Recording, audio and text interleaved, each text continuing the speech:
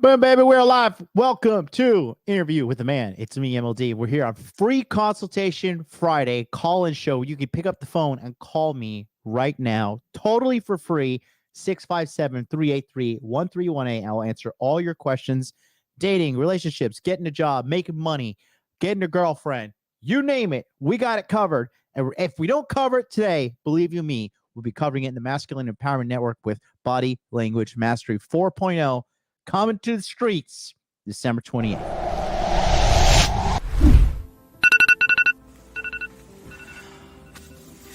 My name is Jonathan, and I used to be just like you. I was just an average guy that wanted to date a few nice women so I could find what I liked and just move on with my life. I numbed myself with distractions so I could ease the pain. But in reality, it really never went away. Without any help, it's just not that easy. And even like you, I looked for answers online, but the results were hard to find. If you sun your balls, there is a study. It's an older... A 3-pack for $29.95. Famous Bad Boy Series Bond 2. Ladies find this pleasing. You're broke! You're fucking poor! I didn't want to take sides in some stupid online argument. I wanted results, and after years of failure, I found the one secret thing that changed it all.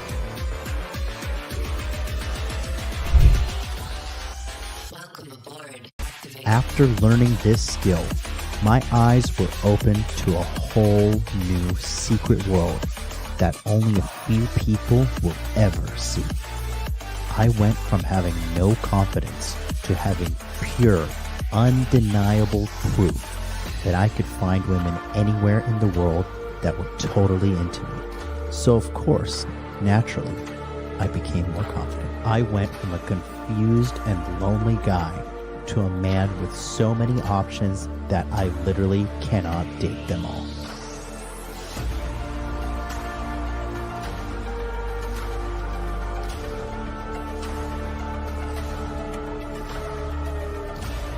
See what you just saw? It may look like a commercial, but that is my reality. I see a world that nobody can see through the secrets of understanding body language. Now ask yourself a question. How long are you going to wait and go through those lonely nights, endless rejections, and feeling insignificant until you decide to take action and change your life today? I've been doing this since 2019, and I have thousands of men that have changed their lives from Tokyo to Tampa, from Chicago to Saigon. There's only one name in the game, and that's me, MLD. Join us in the Masculine Empowerment Network, and we'll change your life today.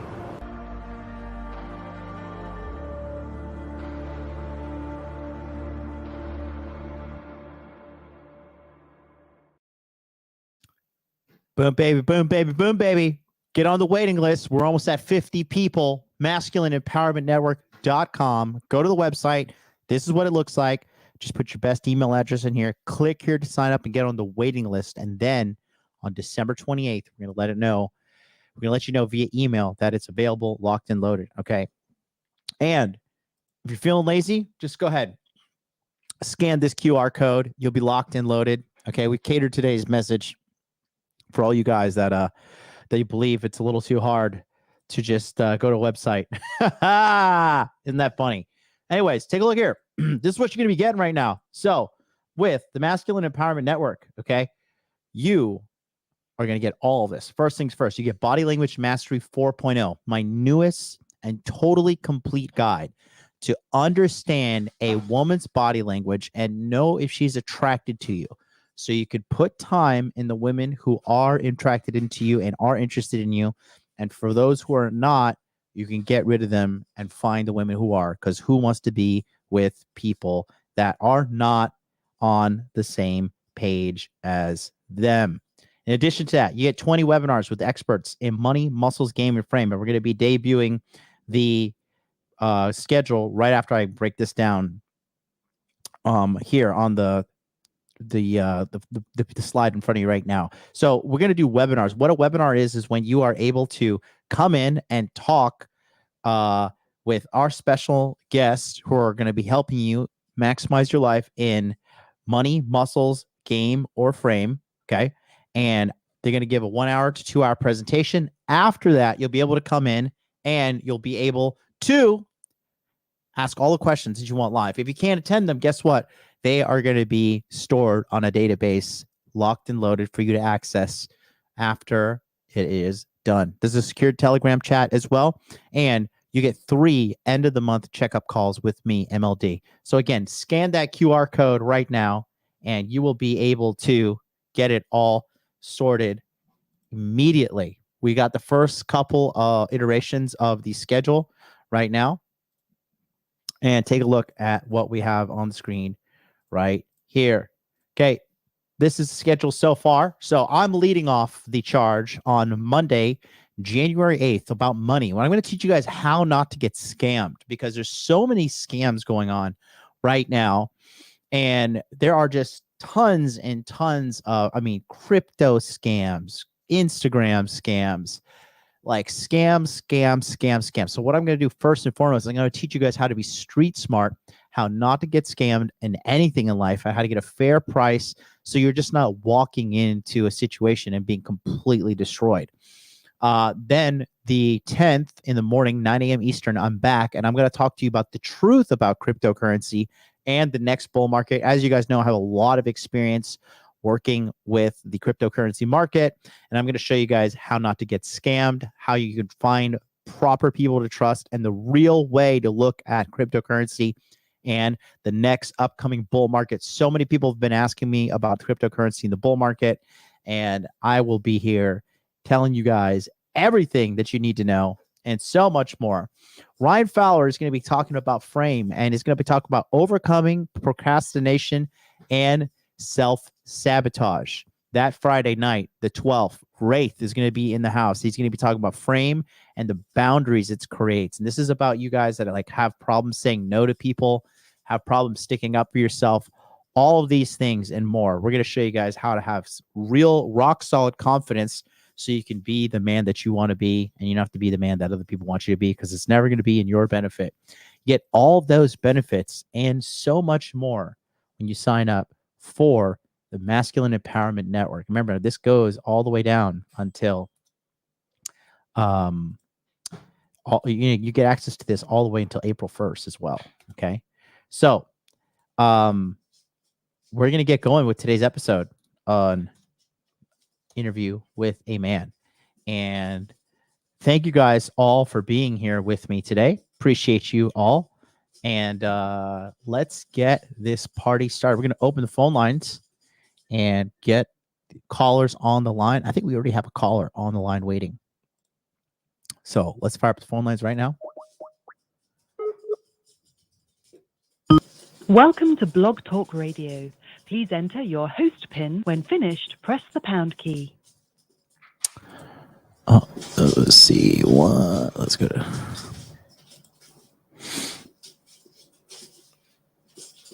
I'm sorry, but I did not hear you press at least 4 digits of your PIN number.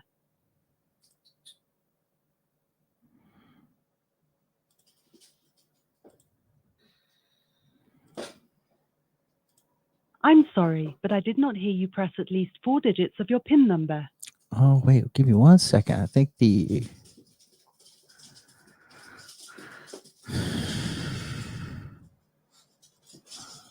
Thank you for using Blog Talk Radio.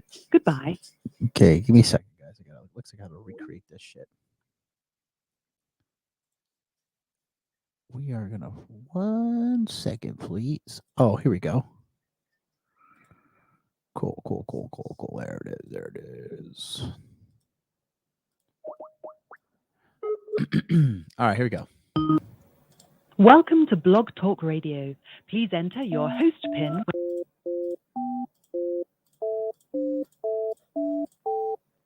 To start your show now, press... Since it appears you're calling back into a live show, we are reconnecting you now. All right. Your show will go live in 5 seconds. 4, 3, 2, 1. Blog Talk Radio. All right, we got our first caller on the air. Let's bring them on. 630. 630, you're on the air with MLD. What's up?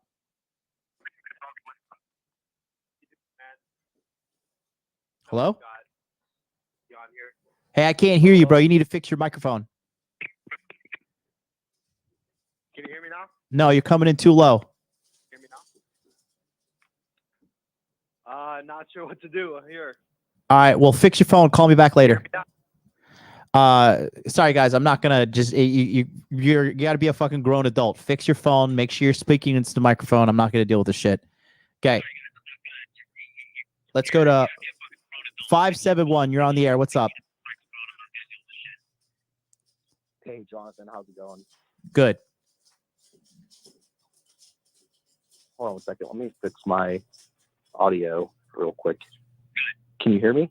Yes, I can hear an echo in the background, so you need to fix that. I don't know. Turn down the audio. That's you in the background. Let me turn that off. Okay, I can hear you now. great. Hey, how's it going? I'm the guy that you told me to come on the live stream. We were talking about that chick from your live stream. You wanted me to come on. So What chick? What are you talking about? I want to talk real quick. Oh, there was a girl who came on your live stream, and I made a joke. I said, "Send her my way." Oh, the really hot We were girl? talking comments. Yeah, her. Yep. Yeah. that's Okay. right. So, her. do you have a picture of yourself or an Instagram or something? I don't use social media right now. I'm planning on using it in the future for business. Hmm. Okay. So you think you could handle that I girl that was objectively a 10? You said, do I think I can handle her? Yeah. You were thinking that you could handle this girl who's clearly a 10. Yeah, I believe so. I'm pretty confident. Okay. Tell me about yourself.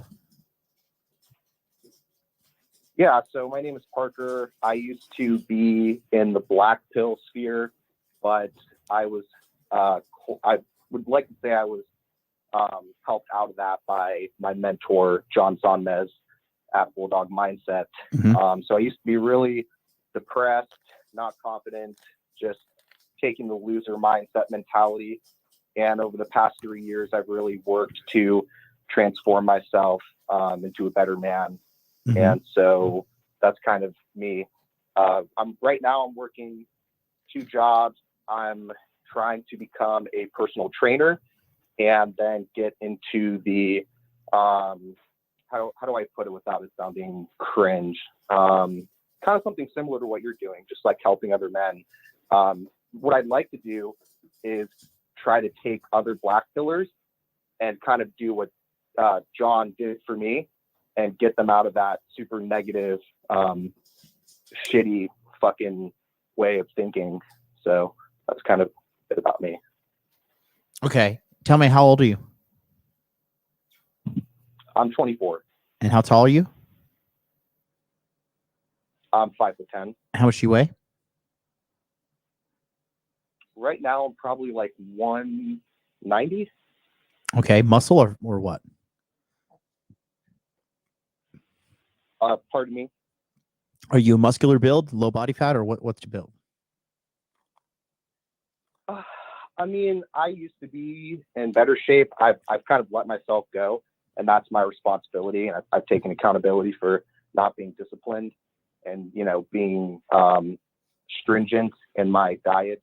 Mhm. I mean, I'm a bit of both. I mean, I'm not necessarily, fat, but I'm also not super jacked. Right now, I'm just trying to do like a recomp and just get to a healthy body weight. I'm actually really happy you got into fasting because I've been getting. Okay, stop. Well, Listen, this is not a Dear Diary entry. Okay. How much money you make a year? Right now, I just started these 2 jobs. I'd probably make about $1,000 a week. Okay. You make $1,000 a week? Yes. Okay. And then where are you located in the world? I'm in the United States. Yeah, that's a pretty big place, pal. Virginia.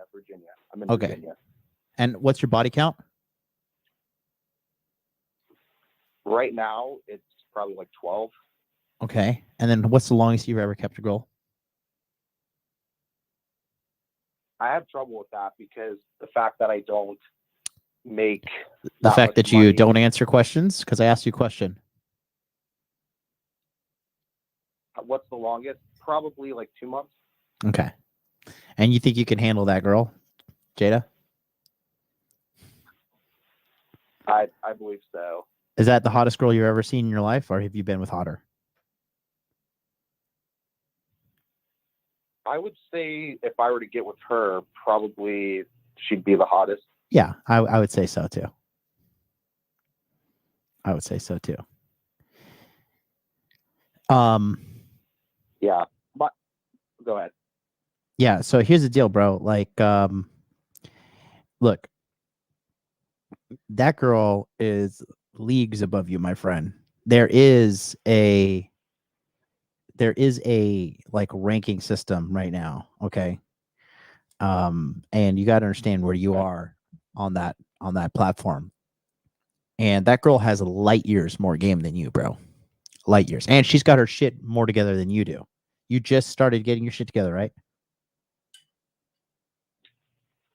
So what I've been working on is just my mentality. Finances have always kind of been my issue. So I've been trying to get that under wraps, and I'm just now kind of starting to, pick up pace in that. But I would more so lean my hat on just my kind of mental fortitude in terms of where I was, in the black pill. Mm-hmm. And so you called me to prove to me that you can get her?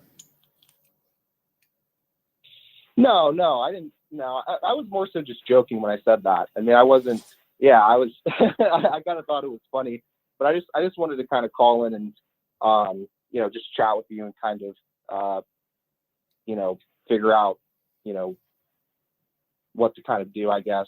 I mean, I got a pretty good game plan right now, but, I can always use more advice and, take more in than I I think being a personal insight. trainer is a long-term strategy is not a good idea.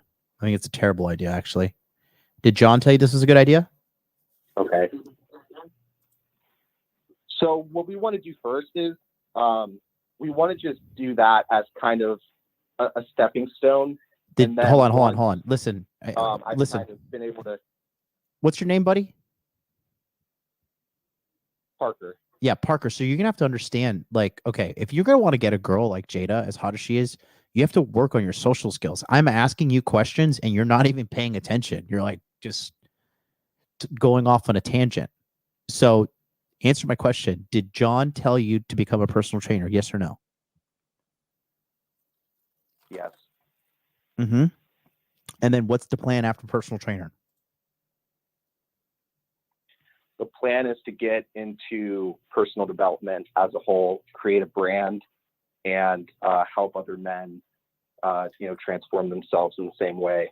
Just, getting their mindset right, working on their fitness, all that good stuff. Do you live at home? Trying to help them. Do you live at home with your mom?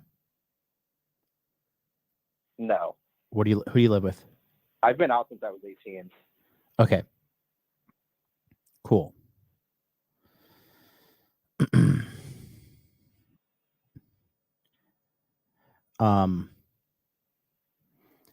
So here's the thing, right? I think John gave you the green light on trying to be an influencer. An influencer, he doesn't really like that term, but more so just trying to build a following that I can,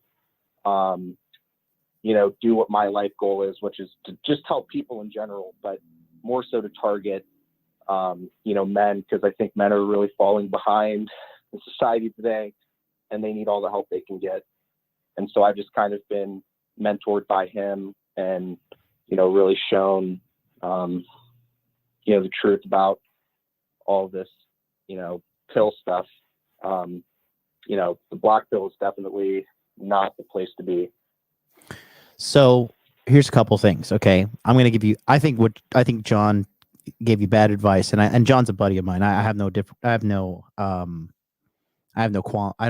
with the guy.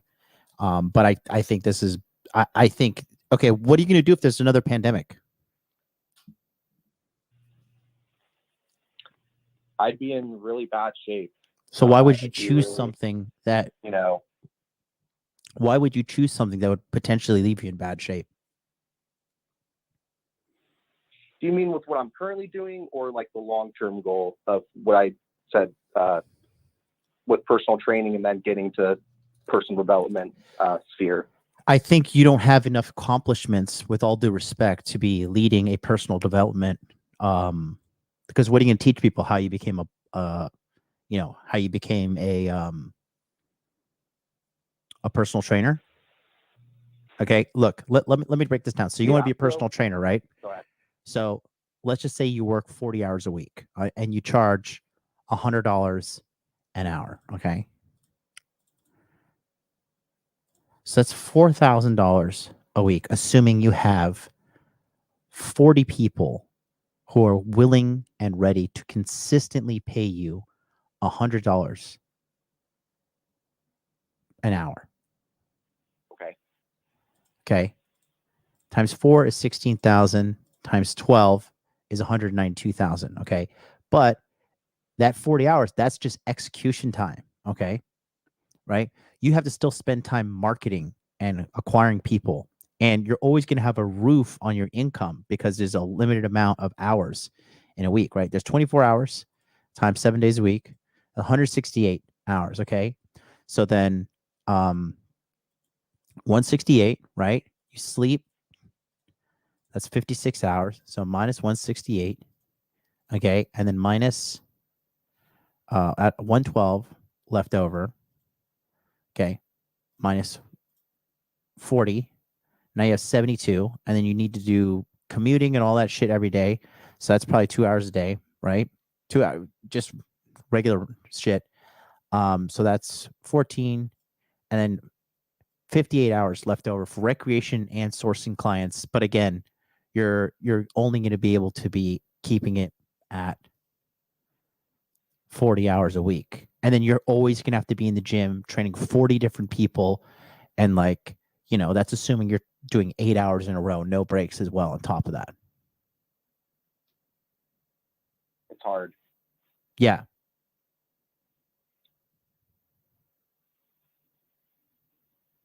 Yeah. So kind of as far as I agree with you about the credentials. I'm not where I need to be right now. Kind of what Jon told me, he said, don't talk about things that you aren't proficient in. So for instance, I don't have the financial credibility to give people financial advice, but I think I have the credibility to give people advice on how to escape, depression, feelings of unworthiness and not feeling like you belong in the world as a man. Yes, you want to be proficient. I know you like to say money, muscles, game, brain. You want to be proficient in all four. And so right now, you're absolutely right. I don't have the credibility to be proficient in all of those things. So that's why I wouldn't ever try to teach somebody something that I didn't master myself. And so a lot of what we were kind of thinking of in terms of a business model was just to tell my story, get it out there, show, hey, this is where I started. I started as, it's a long story, but a really, really bad human being. And this is how far I've come along now. And I think that really resonates with a lot of men, because sometimes it can be difficult to see someone who's already at the top and you're like, oh, how am I going to get there? Where someone who's, relatively young and has kind of the proof to show like, hey, this is where I was. But you don't have proof. You can do it too.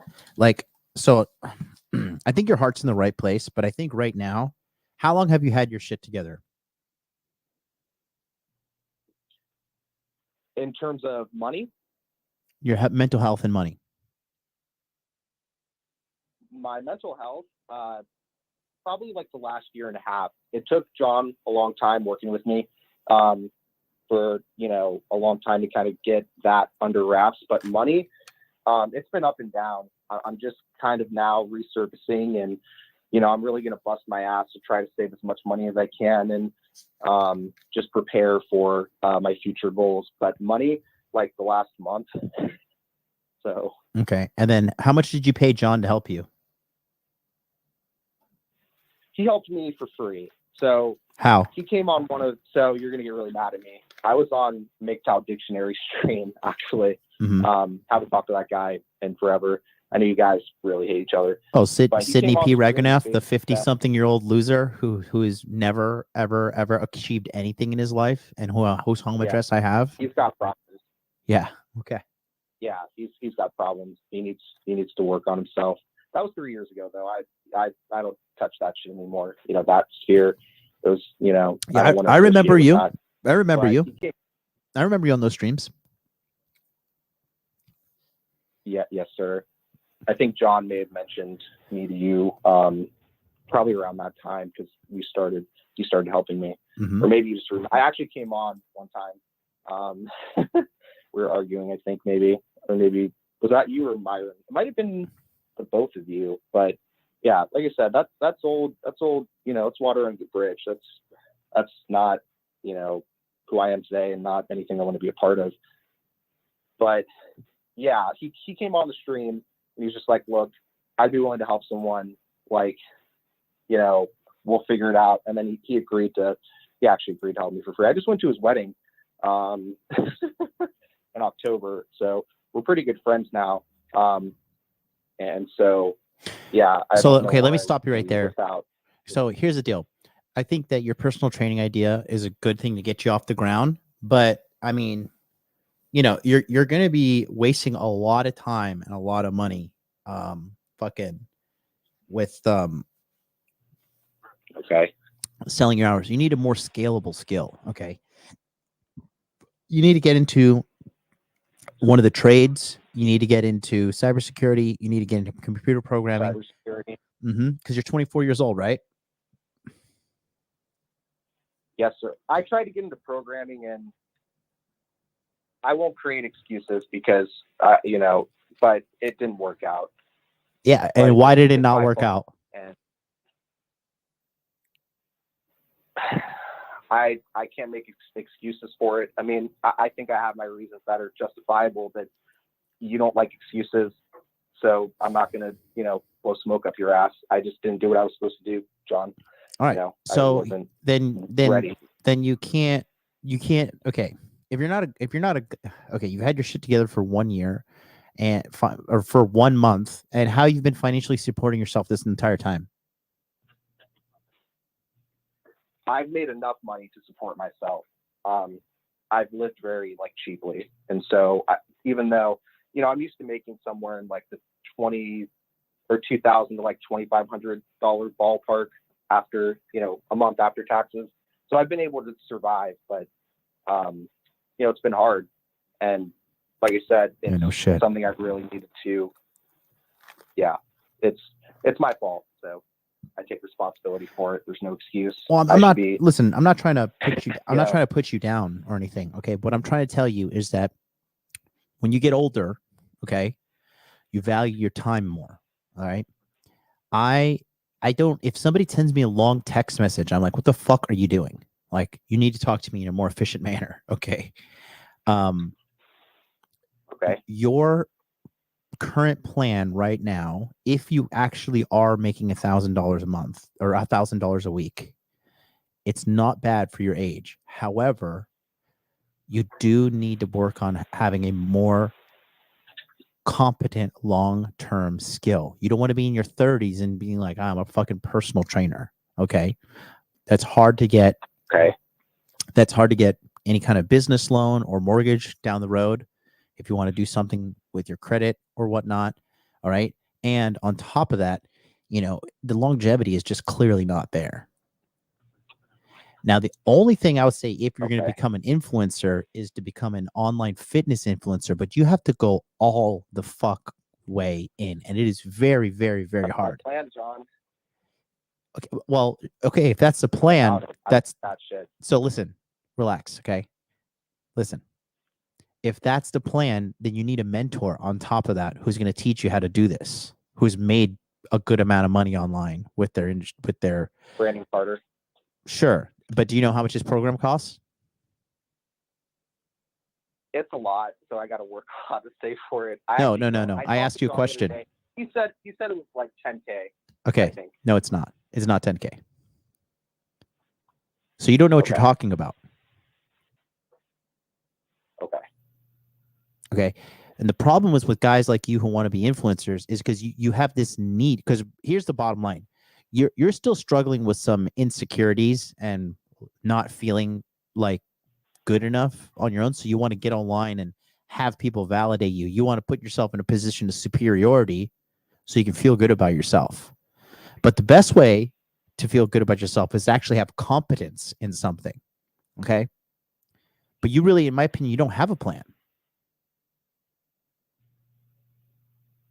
Okay. And that's what these calls are for. Just kind of, give you the raw hard truth about what you're doing. Do you have a camera? Have you started putting out content? Do you have a name for your brand? No, John's been telling me to get on that shit, but I haven't felt like I'm ready yet. It's bullshit. There's no excuse.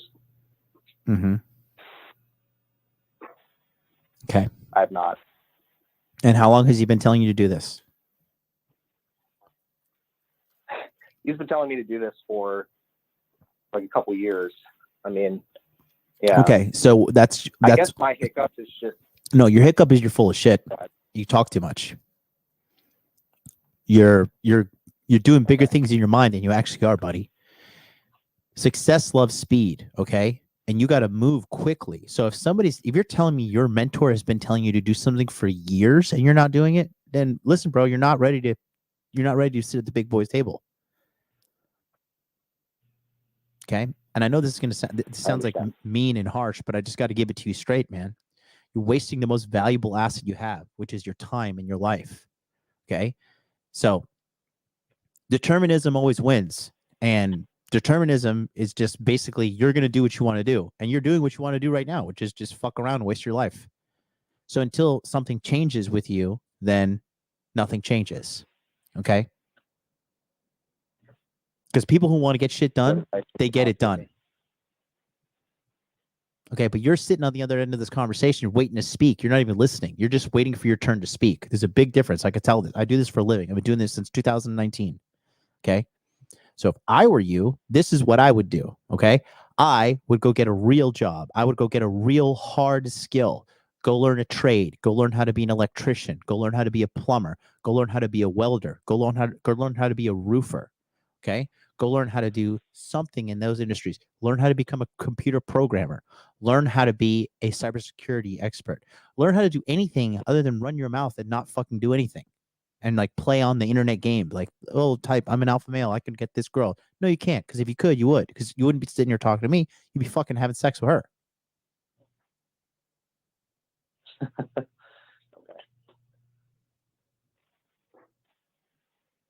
All right. Thank you. I appreciate it. I'm just giving you a hardcore reality check so you can snap out of this delusion you're living in. Because you say you want to be a content creator. Your mentor's been telling you to do it for years. You're not doing it. You think you can pull fucking 10 out of 10s and you've been financially stable for 1 fucking month. Bro, I have been with 10 out of 10s. You have not. Okay? And you're not ready. These girls require a lot. Okay. Because they have value. Their beauty is an ultimate asset.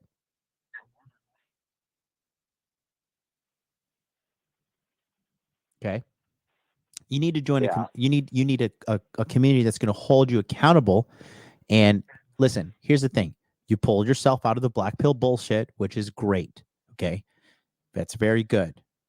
That's really, really good. And if you claim to be making $1,000 a week, if that's the truth, then that is also really, really good.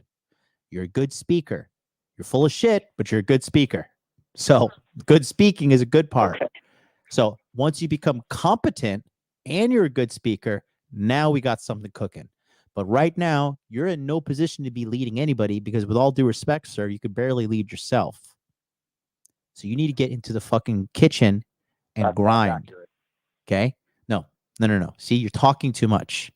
When you're talking to somebody who's older, wiser, richer, and more experienced than you, you need to be in listen mode. You're just trying to talk, which shows me you're not ready for success. I talked to one of my mentors yesterday. Sorry to come out that way. Listen, be quiet. Okay. Let me tell you something. I talked to my mentor yesterday. Okay. One of my mentors. He's a 29-year-old man. Okay. He's a 29-year-old man. He is 9 years younger than me. He is doing revenue numbers of $300,000 a month. Do you think I was fucking interrupting him and cutting him off and arguing with him the entire time? Or trying to validate my point? Or was I shutting up, listening, and taking notes? You were listening to him.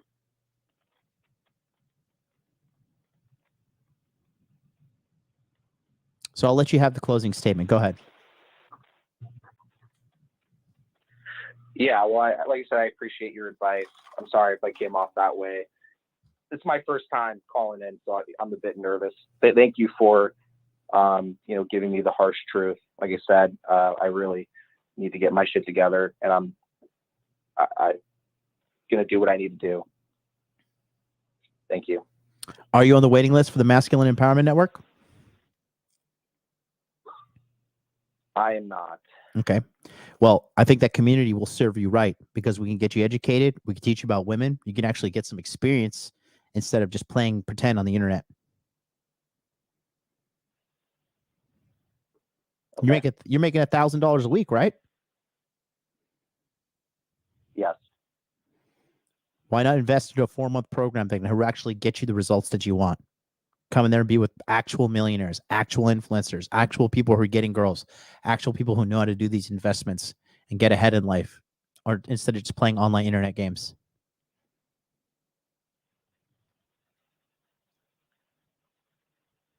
I agree with you. What do you That's want in smart life, move. Parker? What do you want? I want to help other people. Okay. I want to Stop right there. yeah. Okay. Now, you want to help other people. What's the best way to help everybody? Help yourself. And are you helping yourself? I'm trending in the right direction. You are trending in the right direction, but are you giving it all that you could possibly give? I would say right now, yes. Over the course of 3 years, I've continuously had to put in more and more effort into bettering myself. And so I would say right now I'm doing everything I can to try to level up, get to where I want to be. And how are you doing everything you need to do to level up? Break that down for me. Right now, I'm in the gym. I'm training. I'm working a lot. I'm, reading good books. I'm just trying to continuously improve my mental capacity. And I agree with you that confidence is. I had a conversation with Jon at his wedding about this. He pretty much told me the same thing you did. He said, "You're confident, but you're not competent." And he said the same thing. So you guys are right. Oh, I know. Because confidence is nice, but it's not. Without confidence, it's not going to really last. So confidence without competence is arrogance.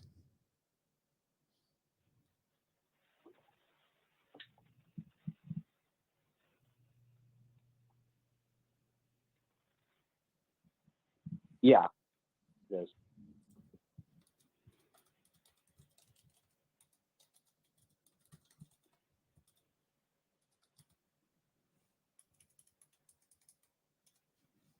Okay.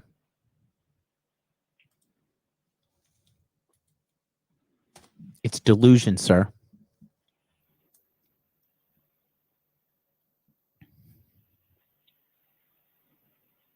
Because, you're telling me you're going to do all these big things, but you're not doing anything.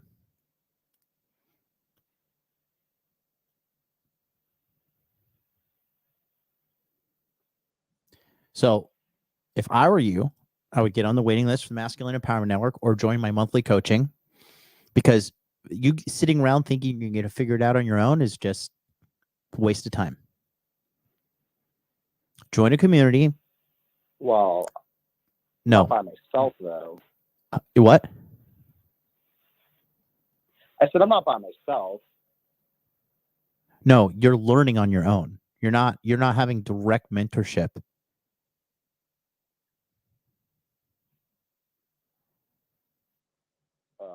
When was the last time you had sex? When was the last time you had sex? It hasn't been a priority right now. It's been months. Okay. Hasn't been a priority but are you looking at porn and jerking off? No, I quit porn. I don't do that shit anymore. You wanking it? Not interested. It's bad. Like once a week, just so I am like normal. Okay. So you do have sexual desire. I do. But you can't get a girl.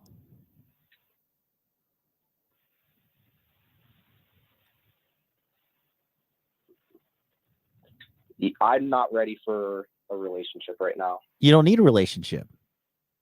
You need to live in reality, bro. I agree. You think I'm sitting around wanking my dick all day? You think I'm in a relationship with anybody? No. I have the ability to get what I need. I am confident, sir. Okay. I'm just trying to, because the thing is with these, when people who have a tendency to go to the black pill, these guys typically, they think they know everything, but they can't execute it. There's a lot of egos in the black pill, and because you you succumbed to that,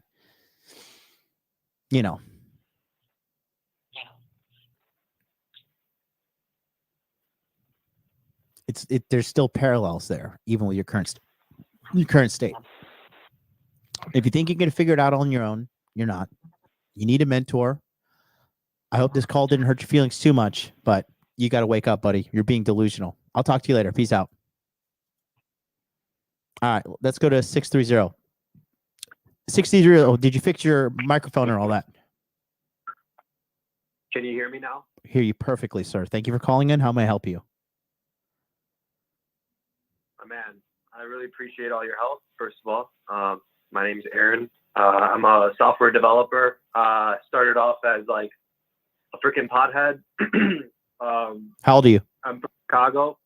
Yeah, 28. Good man. How long you been a software developer? 3 years. So you're probably making like what, 130, 120? Man, I didn't go to school, right? Uh-huh. So I actually joined this. I joined this program that basically pimped me out, and I just finished today. I'm actually today I finished the program. I'm done getting pimped out, and I landed myself a 6-figure salary today with the job that I was contracting with. How much? So it's $110,000. $110,000 fucking dollars, bro. Big ups to you. Yeah. Big ups to you. How long did it take you to get educated to get that skill set to acquire this kind of money? It took me a long time, but it took me like four years. Yeah. These are days that I basically sacrifice the fun, sacrifice everything. Just to be frank with you, just sat at the library all day, 8 hours a day, every day. My man, tell these motherfuckers at home how it's not cool, it's not sexy. You're not gonna get 1 million subscribers on fucking any goddamn social media platform, but bro, you're racking in 110 grand a year now. That is fantastic. I thought I was fucking retarded. I thought I was dumb. Okay, you know what? I want to humor you a little bit. Okay, so your name's Aaron. Okay, Aaron, let's plug you into the female delusion calculator. So, what race are you? Pakistan. Pakistan. So you're a brown man. Let's just put you any. Okay, how tall are you? 6 foot. And then, are you obese? Nah. Okay. No. And minimum income 110,000. Let's find out who you are. Congratulations. You're a 0.23% man, my friend. Holy shit. 0.23. You are a 4 out of 5 on the delusional score. Congratulations, my man. Very, very, very great work, Aaron. Fucking great work, bro. Hey, appreciate that, man. Yeah. I used to be skinny fat, used to just be doing dumb shit all day, and I actually got shot at in Chicago. I didn't get hit, but I got shot at the day after George Floyd died, and I just decided, you know what, fuck this lifestyle, fuck being a little pussy, just sitting at home playing fucking Xbox all day. Yep. Trying to fucking being all upset about masculinity and how like a woman likes man for this and likes a man for that. Like I used to be mad, bro, and now honestly just accept the truth, you know, just go for it. And but I'm actually here for some advice, actually. No, good. Can I ask you a I question? appreciate it. Can I? Sorry, I'm very interested in your success story because it's a really great one. What was the straw that broke the camel's back? What was the thing you're like, man, fuck this shit. I'm sick of being a fucking loser. I'm gonna change my fucking life. So every Pakistani probably watching this probably knows that we all have a gynecomastia issue, right? Yeah. So I was skinny fat. My mom told me, she's like, I didn't come from Pakistan to raise a weed dealer. Mm-hmm.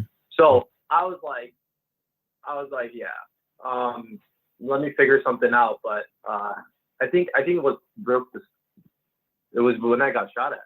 Like I said, once that happened, I just realized that I'm gonna die like this, and it's not even worth the life that I lived. So, you know, that happened the day after George Floyd passed. Good, man. Good for you, bro. Good. So how can I help you today, Aaron? So I actually have this issue. You know, I understand that every point on the 10 scale that you go up, you probably you have like 10 times more women that are attracted to you and whatnot. But I grew up hardcore Muslim, you know, like it was just my single mother who's up prays 5 times a day. She basically instilled the fear of God in me so hard that I wouldn't even look at women in the eye.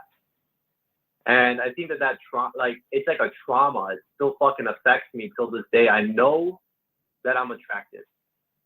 I know it. Okay. I mean, I've been with women. I know it. I know how to talk. I used to be in the hotel industry. Like I've had fun, but at the same time, this was perfect. This podcast couldn't be any better. I just got back from the gym, saw a beautiful fucking girl, stretching, and I know she's into me, but I just don't know how to fucking approach people. I don't know how to approach women. It has to be some shit where it's like, oh, I'm in their same class and we're in the fucking group, or it's like, we work together. Some fucking.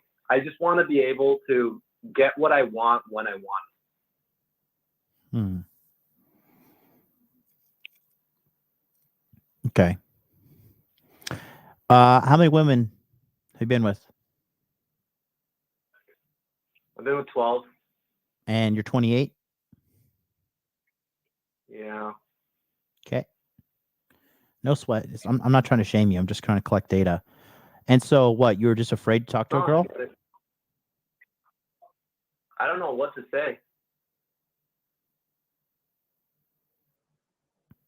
Just talk to them. Like, yeah, I guess I am afraid because if I'm real with myself, I'll just be. I feel like I'm gonna look like an idiot. And what happens if you do? What? Like, talk about this. Looking like an idiot. What do you mean? Like, you know, approaching women has always been something that has been like the greatest fear of my life. and I'm not sure why. If from being shameful for playing the game of power to just walking up and saying, "Hey, you're beautiful, and I want to talk to you." Like, what would I like? How do I even formulate that? What's my body language supposed to be? What's my like? I just don't, and I think I'm like overthinking all of this because every time I have been with women, it's like I'm not thinking. It's just second nature. It happens, right? But Right. like, there's a difference there. There's a difference where it's like you go to a family party and you end up like finding like you find like your uncle's friend's daughter and you're like, yeah, you know, this is natural, which is a recent story. But then there's like this hot, I mean, she's probably like a 7. To be honest, I can't even be like thinking she's like a 10 or anything, but she's like a 7. And I mean, I know that it's Friday fucking night. It's 8 o'clock on a Friday night. And she's been at the gym for 2 fucking hours. I know she's not doing shit tonight. You don't know that. And I know that, well, the thing is, like, I know I could make this my situation, you know, whoever okay, sure. She's got like 10 guys in her DM, but she's got one guy. Like when you could actually approach a woman, I feel like 80% of men are so fucking scared to approach women that even if you're a 2 out of 10, you find yourself in a top 20% of men if you just approach the woman. It's not even for the woman. It's for you. You got to get used to giving yourself permission to fucking to go for what you want in life, bro. Right. I need to give myself permission. Yeah, to go for what you want. That's what men do.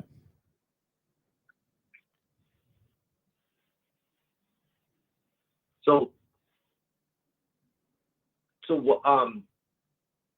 can we change lanes for a second? I have another thing about women.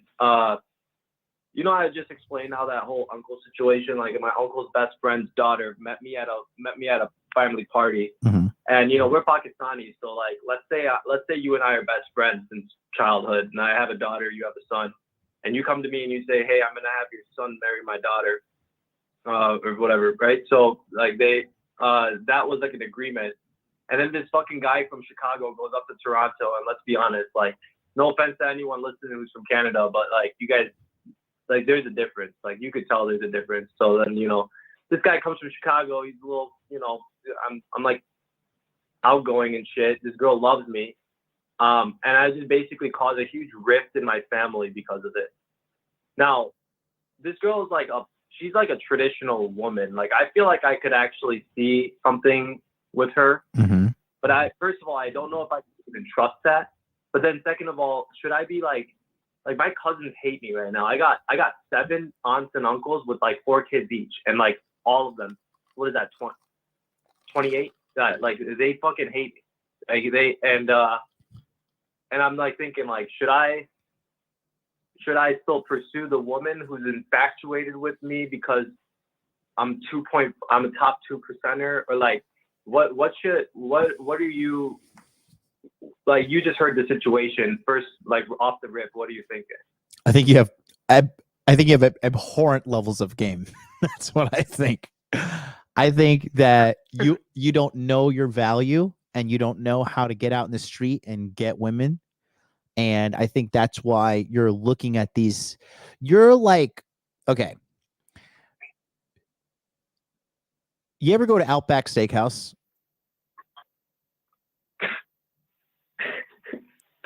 No, but I'm listening. Okay. Have you ever been to Olive Garden? Okay, yes. Okay. Olive Garden. You know when they give you breadsticks, right? Yeah. Okay. So let's just imagine me and you, okay? We're at Olive Garden, right? And you know about the breadsticks at Olive Garden, right? They're unlimited, right? Mm-hmm. And when you're starving, would you agree that those breadsticks are fucking delicious? Mm. Yes. Yeah. Yeah, right?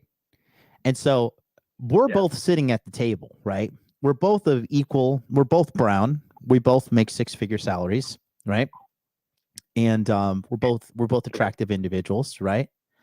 But I have game and you don't have game. So this is what's happening at the Olive Garden table. I'm eating the breadsticks. I'm choosing the breadsticks, eating them one by one, and the little crumbs that fall from my mouth and fall from the breadsticks on the table, you're like sifting through the crumbs, trying to find like the one dirty little fucking crumb. Then you're like, oh, I think this one. This is the one. This is a good breadcrumb. Mm-hmm. And there's unlimited fucking breadsticks coming from the kitchen, bro. And I'm looking for crumbs, right? You looking for crumbs? So hot. So what are you trying to get with with somebody's daughter that's in your family? What is this again? No. It's like a family friend who's like family friend. Mm-hmm. Thing is though, she's like down to like, you know, we stayed together over the last weekend at an Airbnb, and like, man, I mean, she's like bringing me coffee right when I wake up. She's fucking telling me that she like, you know, would like give you know, she's got a social worker. She's like, I'll fucking give that up, like I'll take care of your children and all this shit. I know that it's probably because like, you know, I fuck her well and I'm like just me. But at the same time, like, I just feel like I feel like I'm like you said, I'm eating crumbs because I feel like if I had that level of game that I talked to her with like anyone else, it's just like one of those things. You know what I'm talking about here. If you have frame, women they'll bitch out Jeremy, but they won't bitch me out. Yeah. Right? Because I have frame. Yeah. So but it's the approach. So right. And the bottom line is this: in your heart of hearts, you're not confident nor competent in game. And all game is high levels of social acuity to communicate with women in a non-creepy way that you want to have fun with them and have sex with them. Mm-hmm.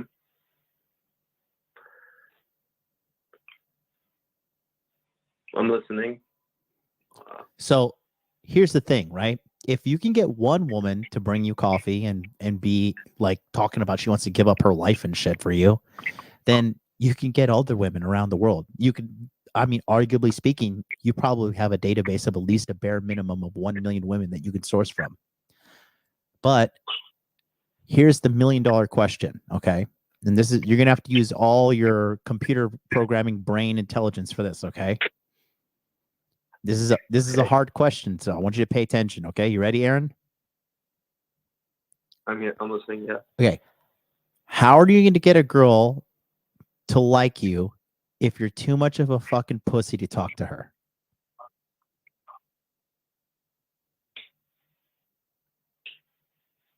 $1 million question.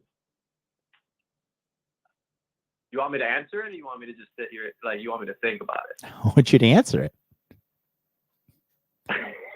Well, I mean, yeah, like, I just don't know what to say. It's like once I get it flowing, I mean, I'm a pretty motivational guy. Like, you had this guy on right before. He's like trying to be a like that's great, but like I don't think that you could just like go on. Anyways, all I'm saying is I when I get in the flow, when I get in the conversation, you know, I could look her in the eyes, but I don't know. There's something about the approach that fucking throws me off. It's the approach. It's because you don't understand the true ins and outs of seduction game and women in general. That's the only thing. And your perceptions on what game is are completely off, okay? Rejection is the game, Yeah. my friend. Rejection is the game. You have to go get rejected tons and tons and tons and tons of times.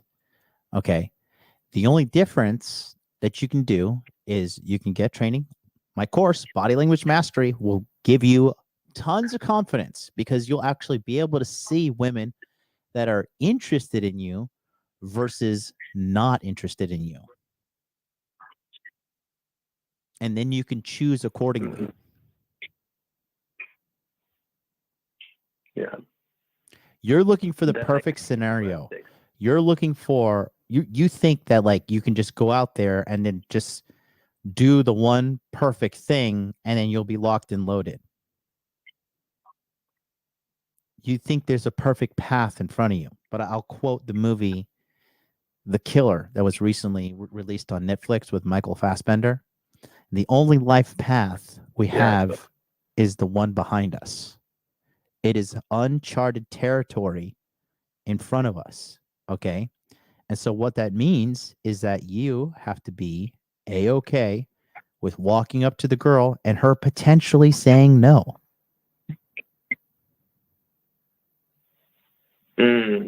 I see what you're saying because I am going for sure shots. Yeah, and that's a coward. That's a coward's way of living it. That's cowardice. Yeah. And Shit. bro, rejection hurts. I talked about it the other day. I saw this girl. This girl is fucking so pretty, right? She works out in my gym, in the Anytime Fitness over this by my area. And then a VIP client of mine is in town, and he and I wanted to go work out together. So we went to a Gold's Gym, and I saw the girl from Anytime Fitness working at the Gold's Gym, and I waved to her and I said hello. She completely ignored me. She didn't even look in my direction because for some Japanese, it's considered low class to talk to a foreigner. It's embarrassing for her. She didn't want to be associated with me. And that hurt. It hurt my feelings. I did not feel good. It felt bad. But guess what? It is what it is. Is that the end of MLD? Is that's it? I'm the last. That's the last woman that'll ever reject me. Okay. No. You're just you're No, it's not. the reason you're suffering is because you're believing a set of rules that are not true for game. That's the big thing.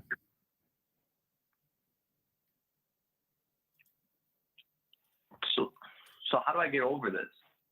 You need a teacher. You need to talk. Yeah. You're not going to fix this. You're not going to fix this on your own, bro. Did you learn how to code on your own?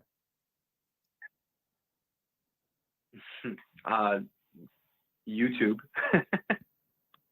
But I've been watching YouTube, obviously, for even game and stuff. I mean, it's just like, yeah, no, I need someone. I need like a personal. I feel like I'm. So I've never had like a brother. I've always been. I don't know. I feel like if I explain anything right now, it'll sound like excuses. No, I think I need a mentor for this. Okay, so you taught yourself how to code, right? Yeah. And then now that you know how to code, how much time do you think you wasted on mistakes and errors? Every mistake is the reason why I know how to code. So how much You're time? right. How much time? It resonates. So listen, how much time if you had to calculate? Man. Have you had to calculate how much time did you waste? Yeah, I've wasted a lot. I've like hundreds of hours. Hundreds of hours. Great. And what is the most valuable resource on this planet?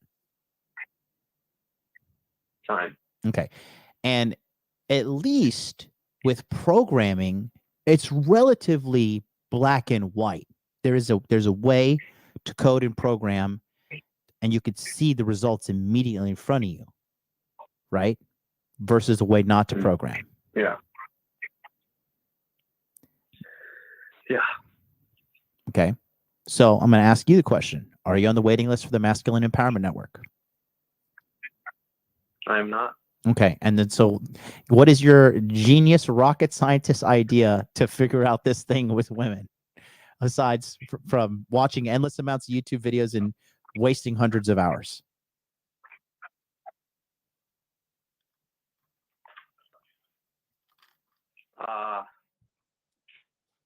fucking keep trying. Like waiting for perfect moments that never happen, or sometimes I feel like sometimes, like Halloween, for example, I just went to River North by myself, walked around, talked to these women. It was so easy because, of course, you have like the icebreaker. It's like, oh, hey, what are you? Or, you know, hey, your outfit matches mine or something. It's Halloween.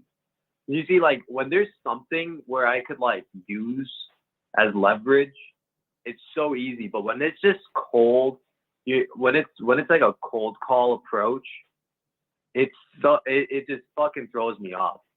Yeah, and it shouldn't. And the reason it throws you off is because you don't know what you're doing. It shouldn't be that hard.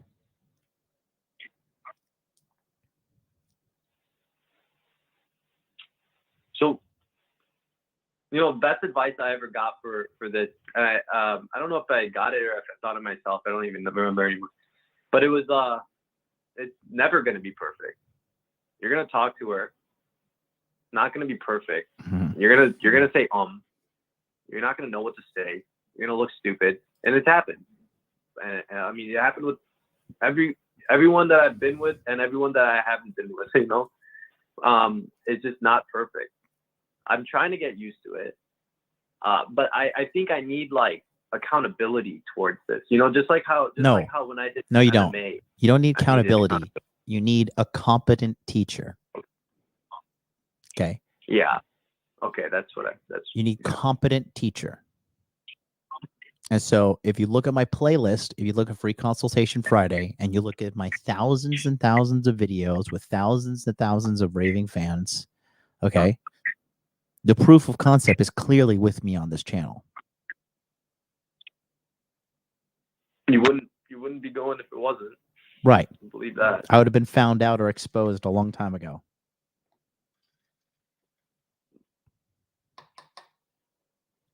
Okay. Mm-hmm.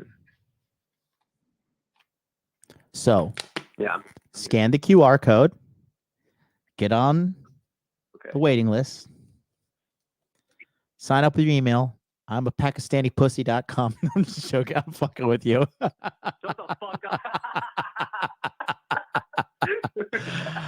I'm a PakistaniPussy@gmail.com.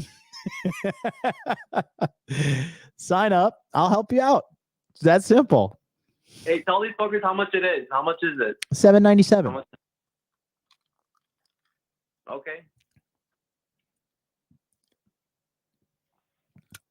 Would you pay? Let me ask you a question, right? When you try to approach those girls and you feel you want to approach, but then you don't, how do you feel?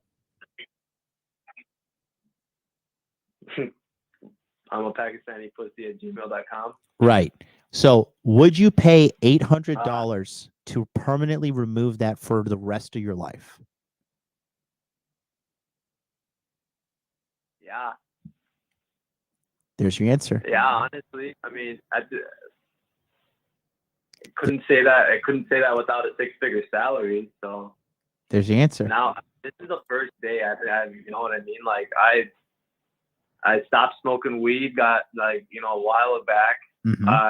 I've been working on myself, waking up 5 in the fucking morning, going to the gym. Oh my gosh. And that's another thing. It's like, guys, there are so many hot women that go 5 in the fucking morning.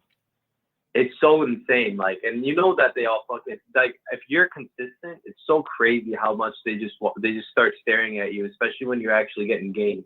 Yeah. And I'm just, but listen, Junior. I know Packy, listen, nobody gives a shit because you can't pull these bitches, bro. Girls looking at you, who cares? Who cares? There's only one thing that matters. Are they sleeping with them or are you not? And the answer is you're not. So your device is kind of irrelevant. It's not even advice. It's just like an observation, you know? Yeah. I'm not the one giving advice out here. Listen, the observation I'm getting is you're not getting the pussy that you want. Okay? So let's focus on sorting your shit out. Okay? Right. How long have you been watching my content? Oh, for like a year and a half now. Yeah, something like that. I've been doing this since a year and a half ago. How many girls have you banged in that year and a half time? Like 6. And how many girls did you meet that you Half- wanted to half would my you bang? Sorry, say that again. How many girls have you saw in that year and a half that you wanted to approach and you didn't approach? I see women all the time that I want to bang. So that number is like not even countable. Right. I don't even know. So there's that.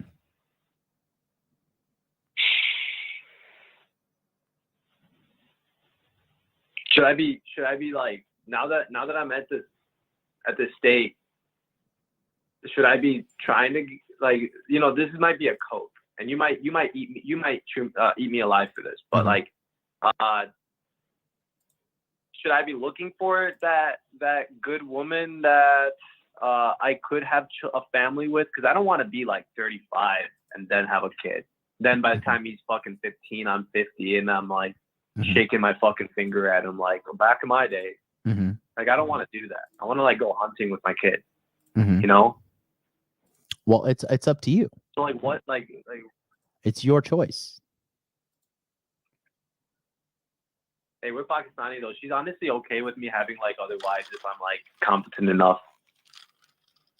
It's so crazy. Say like, that again. Say that again. Like the chick is like she's like, oh, she I literally joked with her. I was like, yeah, you know I could have 3 other wives, right? And she's like, yeah, I swear if you do that, then I have to be the number 1 and all this shit. I was like, damn. I mean, you would be because you're the first one, right? But like that's just a joke that actually like kind of made sense to me. I mean, damn, like if I have the game and I have the ability to climb this social ladder on top of that, I just don't want to be an old head. I feel like I'm already late to the party. I'm 28. I'm making the same amount of money that a fucking 23-year-old right out of college is making. Yeah, but there's a lot of guys that are over the age of 28 that are not making. I mean, we just ran your numbers on the female delusion calculator, bro.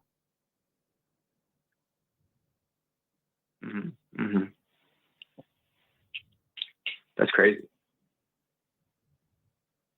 It's a confidence boost, definitely. And I definitely need to give myself permission, like you said. And I need a mentor. Yeah.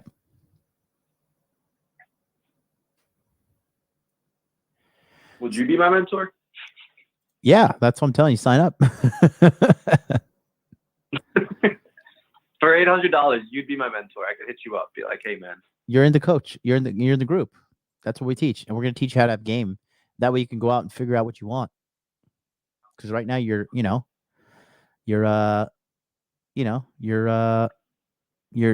fighting for crumbs right now.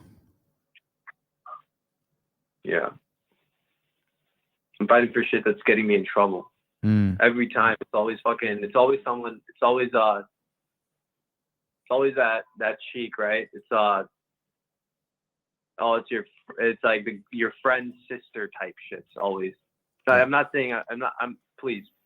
Okay. Don't fuck. I'm not like fucking my friend's sister. No, I feel you. It's always type like that. Yeah, you're always that. That's a sign of a guy. If a guy tells me, "Hey, does this girl have any friends you can introduce me to?" I'm like, "Bro, you got no game. Shut the fuck up and get away from me." Okay. So, there's just a woman, bro. She sits down to pee. Don't be afraid of her. What's she gonna do? Beat you up?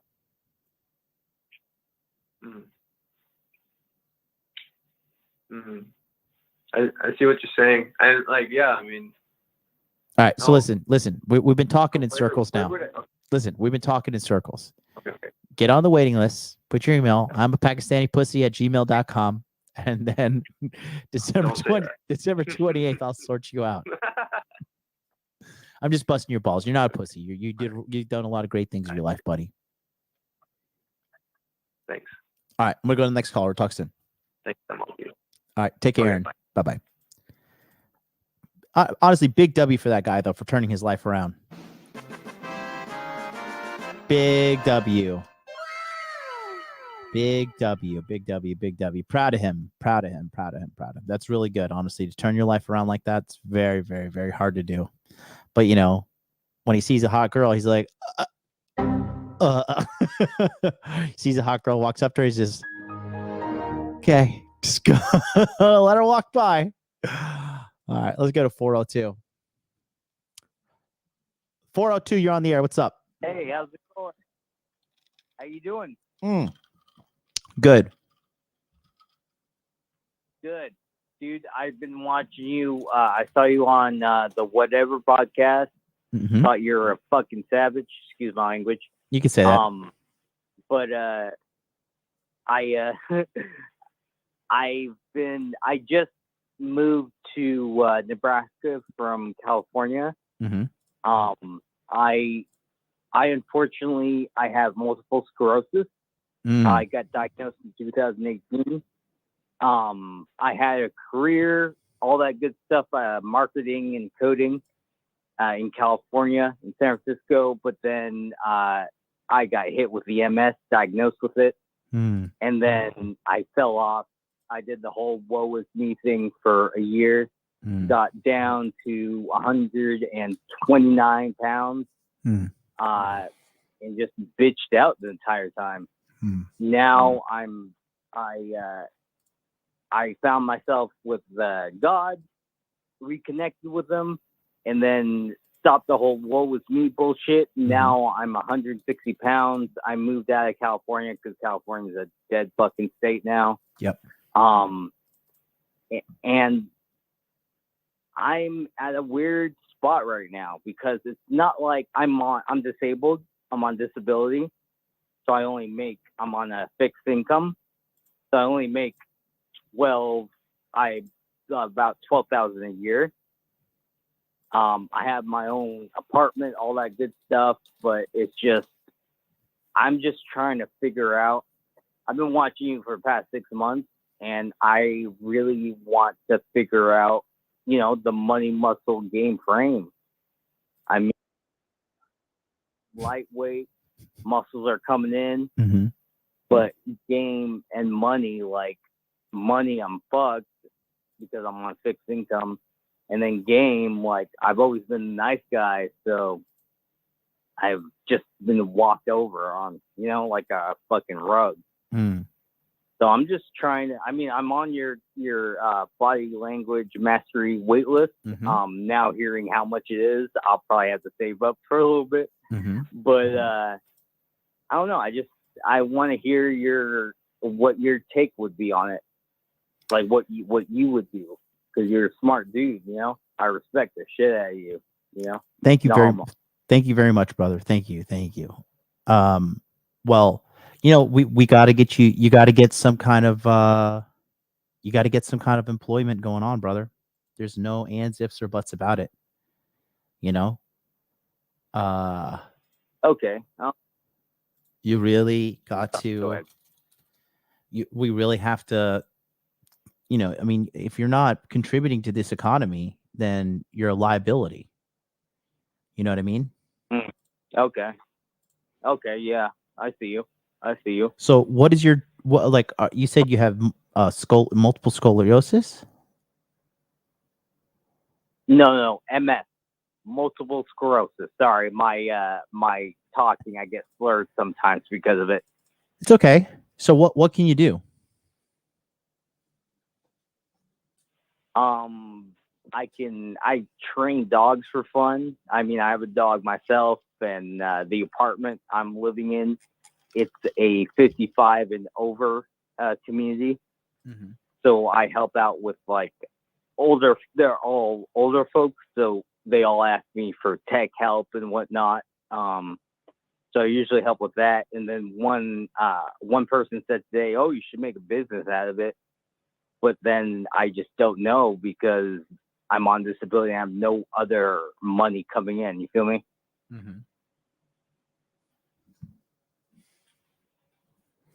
Okay.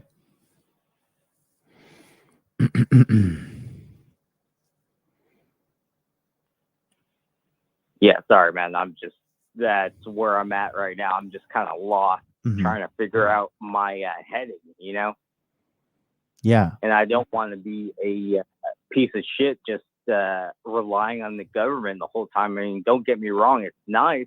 Mhm. It's helped me out like a lot, but I don't want this to be my rest of my life because no woman's gonna want to be with me or marry me, Mm. What can you do? Like, how old are you? I'm gonna be 33 on the 18th. Okay. And can you use a computer? Do you have access to that kind of skills? Yes, sir. I did coding and marketing. Okay. And so what's the deal? Like, you don't, why can't you pursue a job in the coding industry or something like that?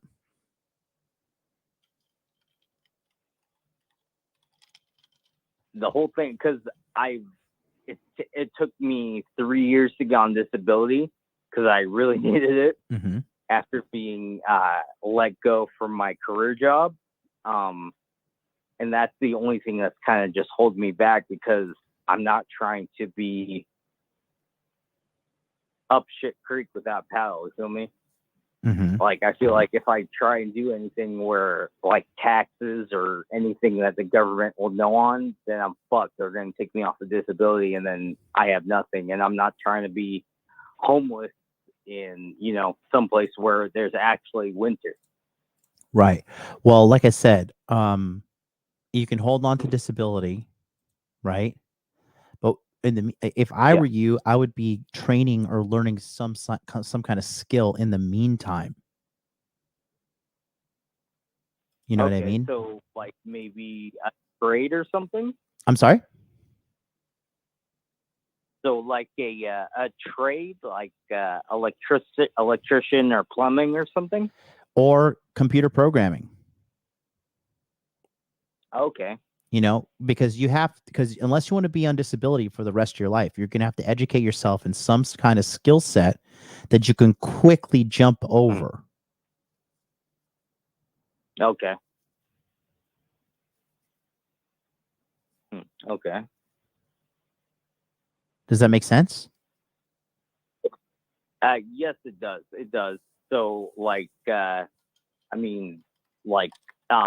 coding would be the setting the bar, if I'm getting you right. Mm-hmm.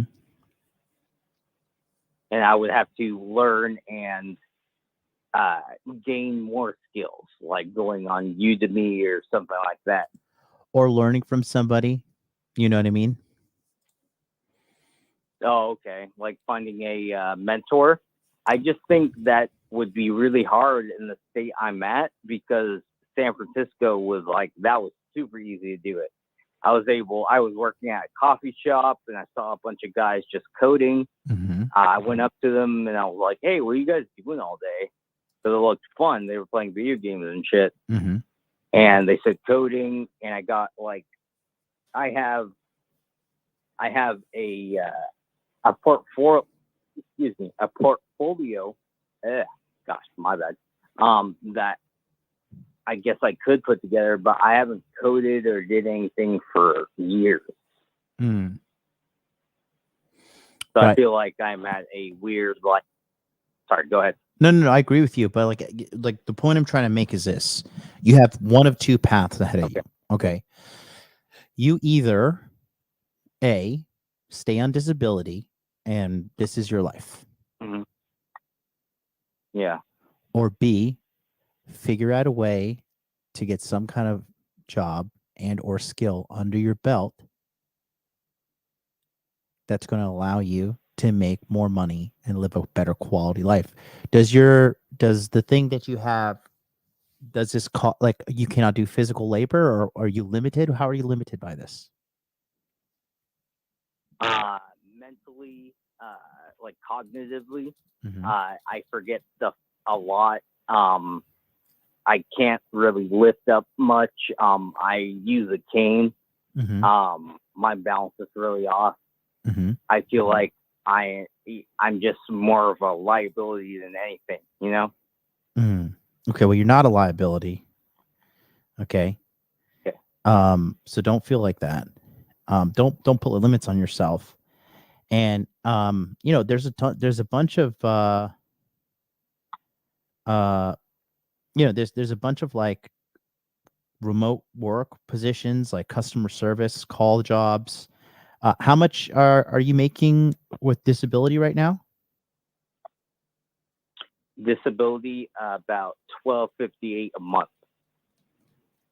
$12.58 a month. Yes, sir.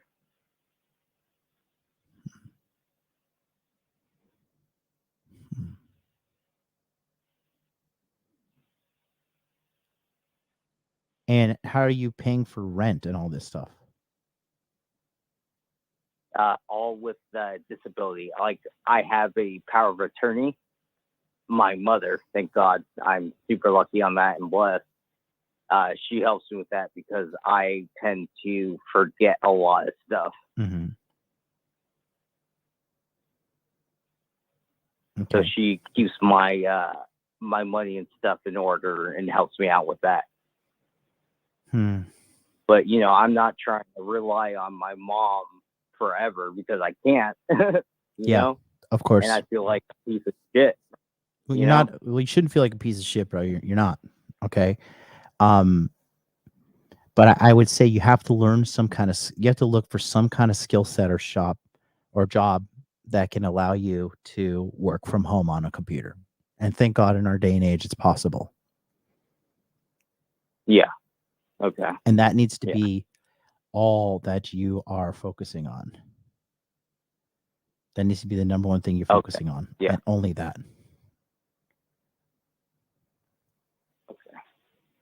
Okay. All right. Because other than that, everything else is a waste of time.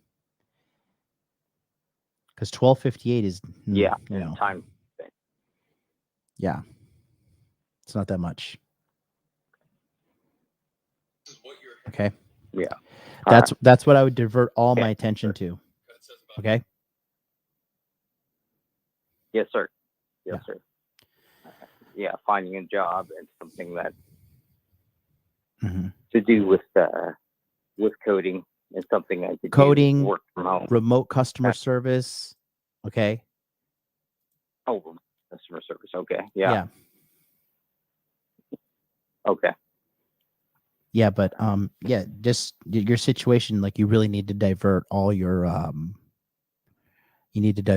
time and resources to really acquiring a skill because making only $1,258 a month on disability is a surefire way to live a miserable life.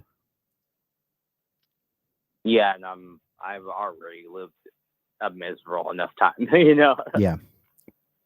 But let's turn this around, okay? Call me next week if you need help. Sir. I'm here for you.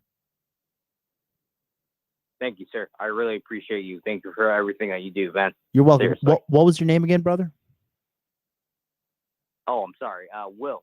Will. Yeah. Will, and I've helped other people. I've helped a guy who was paralyzed from the neck down to get job. He got a sales job and he was really determined. And he was even able to get a girlfriend. So yeah. Okay. He was paralyzed from the neck down. His name was Josh. Respect. Yeah. So, get on acquiring skill, and then that should be able to help you out big time. Okay. Shut up Yes, and sir. take my money. All right. Okay. Thank you, bro. I really appreciate you. All right, buddy. We talk soon. Take care. Yep. Take care. Thank you, sir. Okay. Bye-bye, Will. See, that makes me want to talk shit to every able-bodied person out there. You see, this guy is literally crippled with a fucking, like a neurological problem. And he's calling in, trying to turn his life around. You're like, oh, I feel sad for myself. My mom spanked me, and now I'm a big old fucking faggot. Meh. Jesus Christ. Shout out to Aaron Clary's in the house. Is that the real Aaron Clare? $10 super chat. Nice hat. You look like a sperm. We'll visit this spring. Love you like the special needs brother my mom adopted at the discount orphanage. Thank you so much, Aaron. Thank you. Thank you. Thank you. Thank you. You are a great person. Appreciate you, brother. Always nice having Aaron. Aaron, we're gonna try to get Aaron on Dude Party. Aaron, every week now, instead of having to like peruse the internet to find whose fucking channel Rule Zero is on. Is it on Jack Napier? Who the fuck watches him? Or is it on Come On Man? Or is it on yours? Or is it on Rolo? Is it on okay? All I need to do is check 17 different fucking channels every Saturday morning, and eventually I'll find it. Or you can come on down to Dude Party, 9 p.m. Eastern Standard Time every Wednesday right here on the Modern Life Dating channel. Aaron, the invitation is open for you to come on down. We had a great show this past weekend, and we're going to keep moving forward for the next couple of years with that. Let's go to 904. 904, all the way from Cracksonville, Jacksonville, Florida. What is up?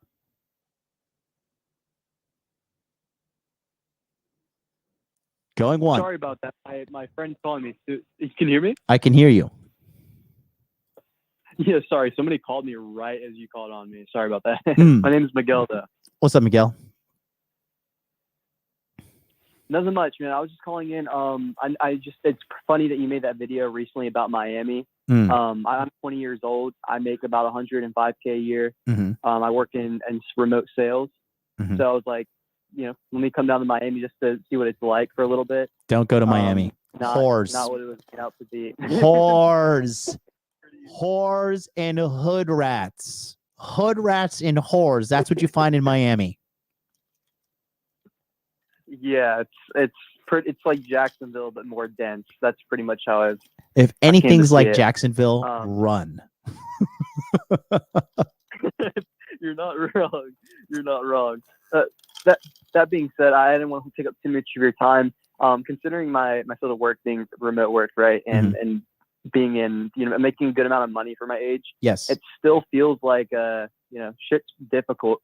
Like I'm confused on like what I want to do next because I've been able to have success in that field. I'm in relatively good shape, but it's finding other people who are similar in age to me, who make the same amount of money, who want to do the same things that I do. And a big part of it also is like location, right? I don't really know where to go because I don't really like living in Jacksonville. I don't really like, Miami. So it's like, I don't know where to go next. I have the ability to, get a new position pretty easily. I interviewed for this role. It was paying about 120, 140. I haven't responded back to them yet with whether I was going to go with it. And that role would make me a 1099, allowing me to work from wherever I would want to, even outside of the state. So I know you're a well-traveled man. So I'm just wondering your take on like, should I look into potentially going outside of the states and traveling around, or try to like build a home base here and scale within the states? Very good question. I like the way you structured everything. So first and foremost, we have to talk about, your goals. What are your goals? That's something I'm still trying to figure out, right? Originally it was like I put a number, right? I was like, I'm for this, this arbitrary number, this figure of, making an X amount of money per year. And then I kind of, when I got down to Miami, it felt like, I moved out of my mom's house, right? Like before here, I was living with my mom, and I just was like, damn, it's just not what I expected. Like the money, what I was looking at, the materialistic stuff, it's just not what I really cared about. Yeah. Money's just keep you. Really good girl I was with in the past. Money just kind of just keeps you alive, Once you, I'll tell you, as a guy, I have spent a lot of money on a lot of fucking things, and it kind of gets to the point where, like, I don't know, like for me, like buying luxury goods and Louis Vuitton, and like I have so much fucking Louis Vuitton and so much fucking high brand shit that like it just doesn't even move the needle anymore. It's just like, I don't know. I'm just like, I'm literally head to toe in designer right now. Like Louis Vuitton, Givenchy, my pants are Louis Vuitton. My fucking socks are designer, for fuck's sake. My underwear are from Lululemon. Like I'm literally maxed out, and it doesn't even move the needle anymore. So you're right about that. Money. Now, don't get me wrong. It's awesome. Being rich is the shit. Having money is great. I'm sure you can agree with that, right? But it does have a limited amount of returns it can bring on your happiness. That's for sure. Yeah. I appreciate that. And that's what I'm really confused on now. It's like I've gotten to a place to where, like I said, that new position, you know, it's over 10K a month. I do good right now. And so it's like what a lot of other guys my age are focusing on, their number one thing is like getting money. It's like, yes, that's still very important to me because I want to have an excessive amount of money, just because of being able to provide for my family, to where my mom doesn't have to work anymore because, you know, her hands are starting to go bad. She does hair, you know, my dad's like not really in the picture. So it's like I'm trying to help her out, but also I want to be able to take care of myself completely and be able to, you know, do the things I want to do. So it's like, how much, like what number, I'm like trying to think what number should I scale to? Like, you know, there's cost of living outside of the United States, which is also, you know, cheaper. And then, you know, more traditional women, but I'm not really trying to think about women at the same time because I'm so young, but, you know, I do want to get experience and, you know, you still get lonely. You still have temptations, especially being younger. So it's like, I don't know, there's just so much going on, so many moving parts. And I'm just like, I don't know what to deviate my focus towards.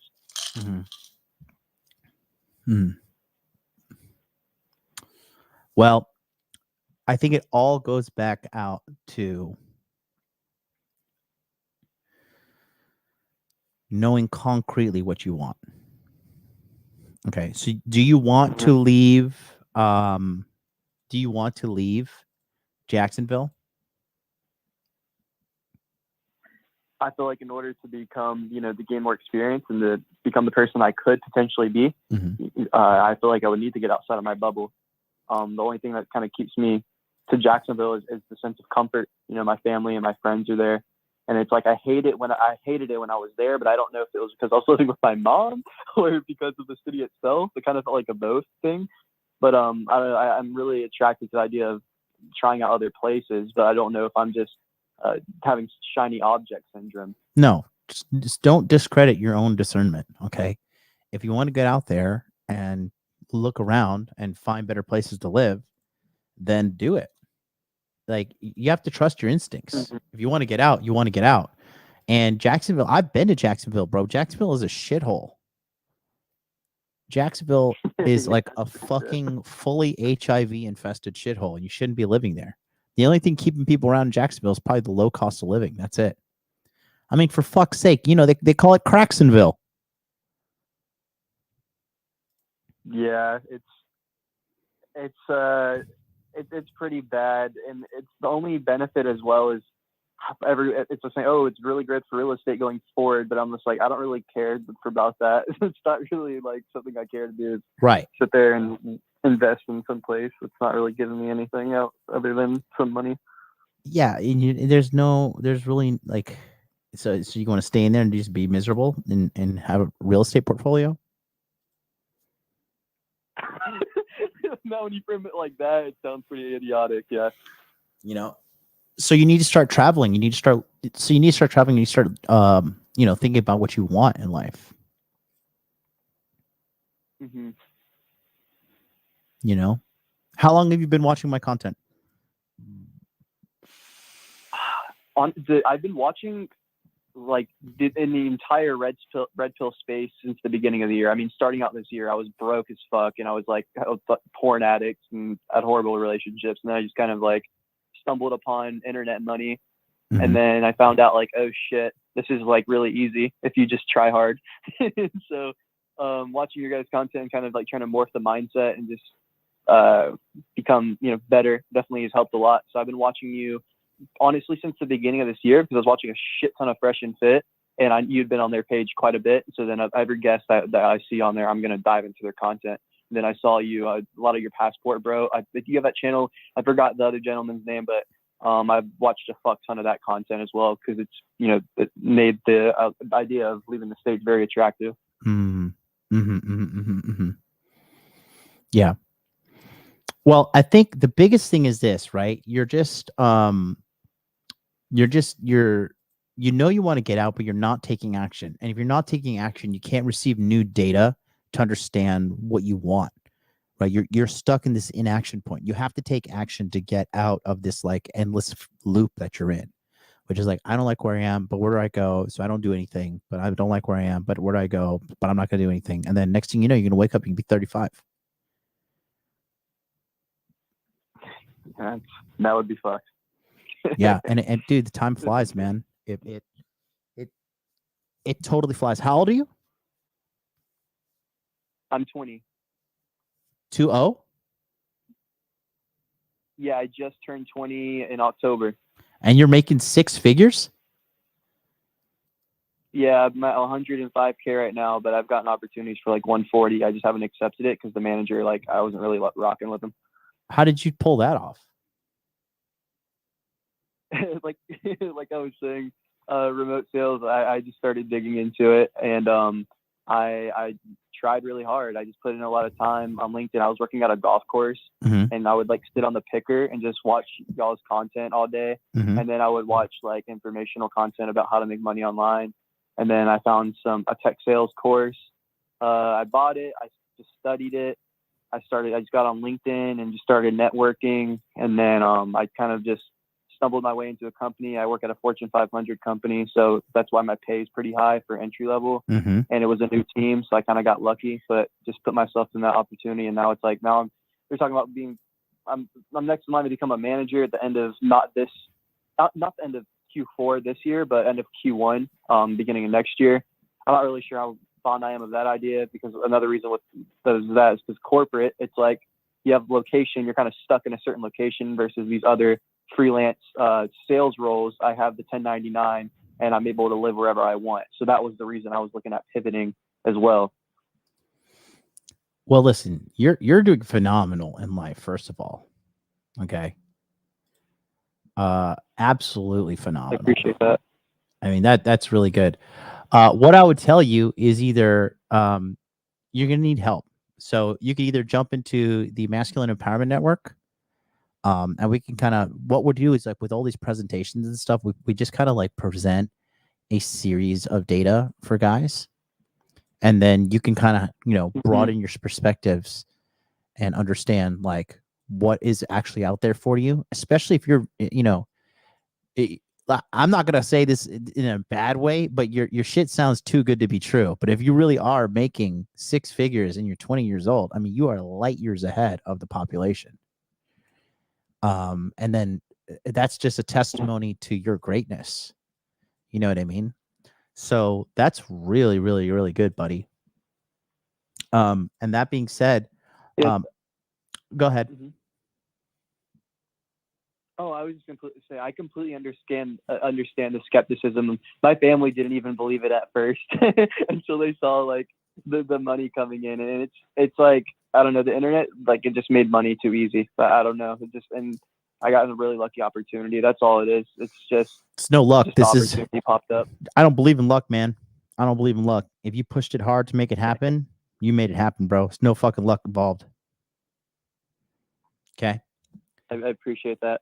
So what I would tell you, sure. There's a couple things, okay?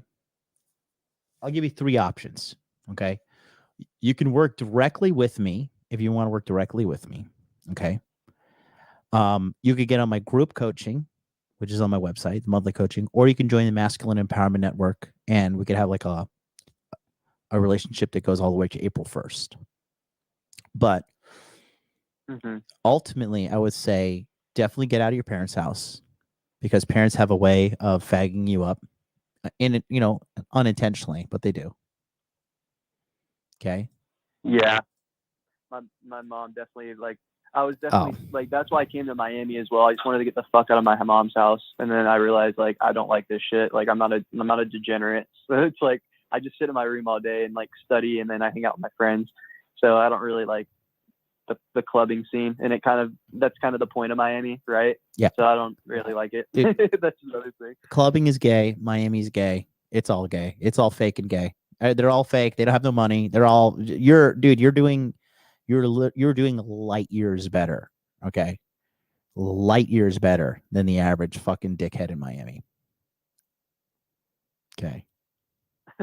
Yeah, these guys are faggots. I'm not gonna lie. It's kind of crazy, but I do have I go to boxer gym here in Miami. Yeah. Yeah,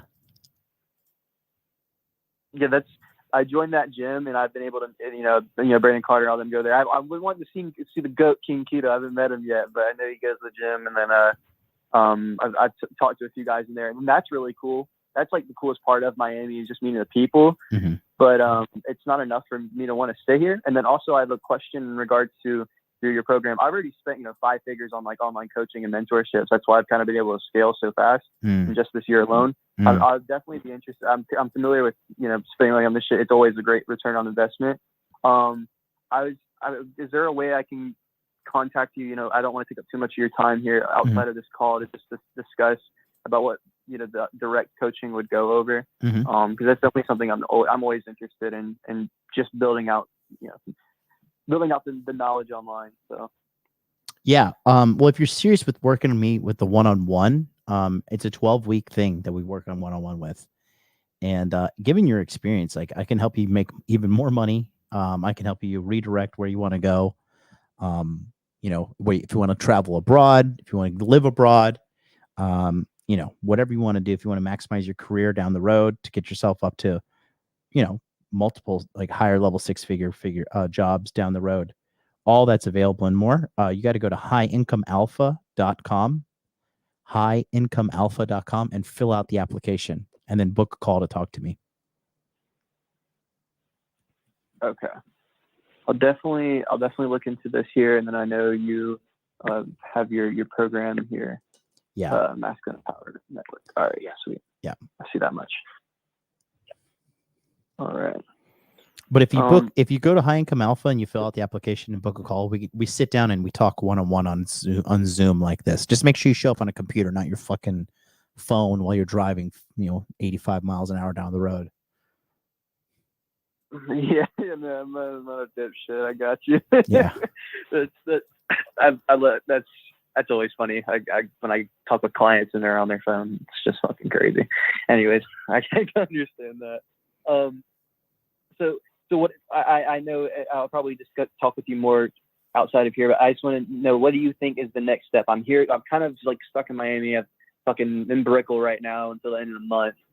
I'm wondering, do I just go back home and then try to pivot into where I want to go next? Like, what the fuck do I do? I don't know what's up next. Are you spending money and wasting money in Miami?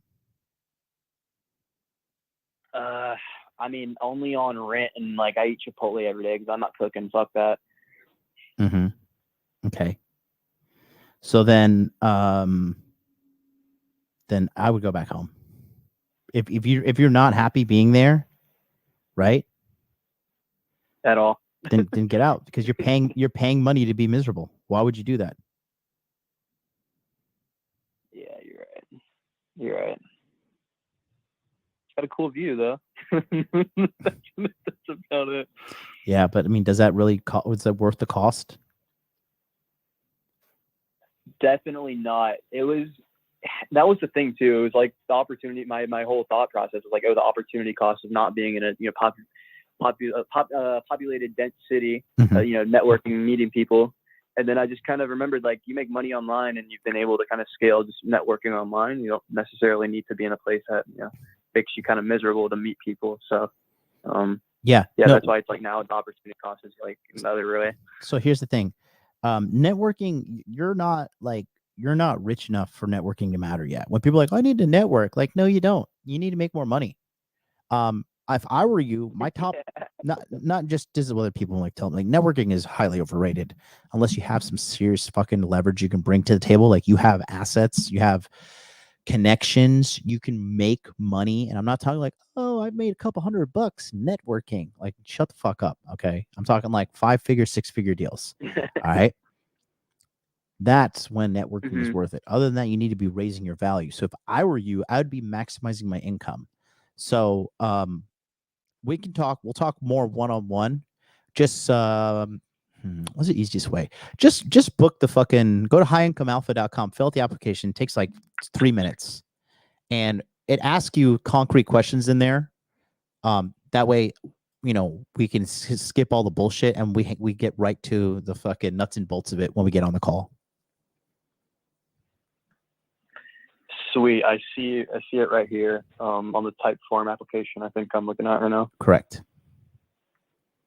We'll sit down. Right. We'll hash it out. That, if you're 20 years old, you're making 6 figures, it'll be a cakewalk to work with you. But sit down. We'll handle that, and then I'll get the notification through when the call's coming on my email, and we'll talk then. All right. I appreciate that a lot. I'll definitely be in touch with you then. And on a final note, bro, what the fuck, Destiny? That shit is crazy. We saw that shit coming, bro. We saw it coming. That's fucked up. We saw it coming, but who cares, bro? Like, oh my God, like it's a Scooby-Doo mystery. You married a whore who cheated on her boyfriend with you, and now she cheated on you. Like, somebody call Aaron Clary. We need the greatest minds of America to solve this fucking this mystery. Can we get Shaggy and Scooby and Velma? Can we just bring the whole crew together to solve this?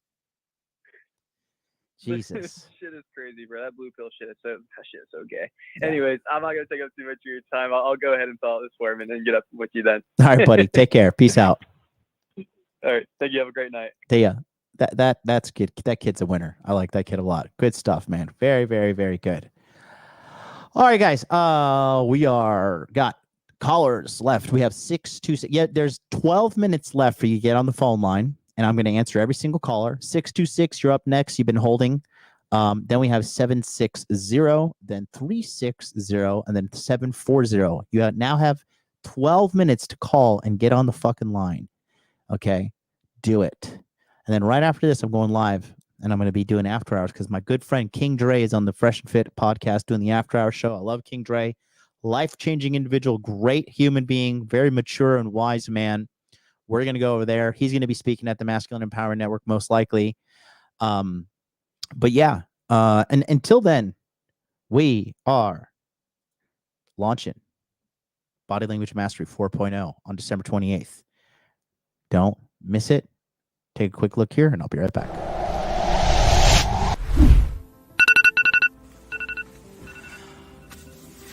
My name is Jonathan, and I used to be just like you.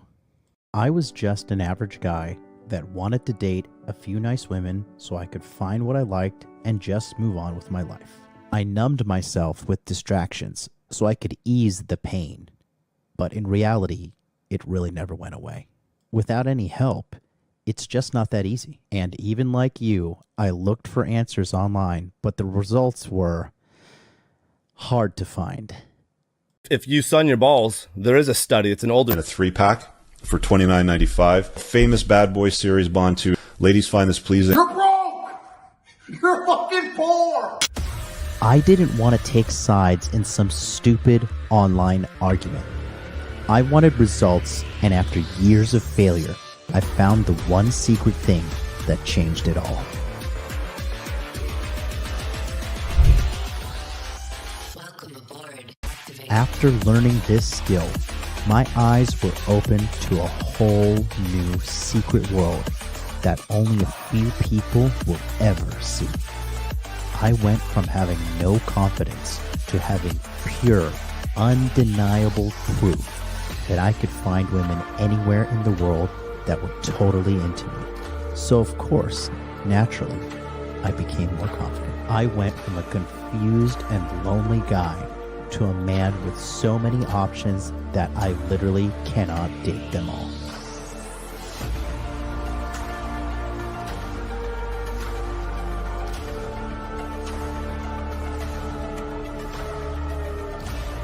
See what you just saw? It may look like a commercial, but that is my reality. I see a world that nobody can see through the secrets of understanding body language. Now ask yourself a question. How long are you going to wait and go through those lonely nights, endless rejections, and feeling insignificant until you decide to take action and change your life today? I've been doing this since 2019, and I have thousands of men that have changed their lives from Tokyo to Tampa, from Chicago to Saigon. There's only one name in the game, and that's me, MLD. Join us in the Masculine Empowerment Network, and we'll change your life today.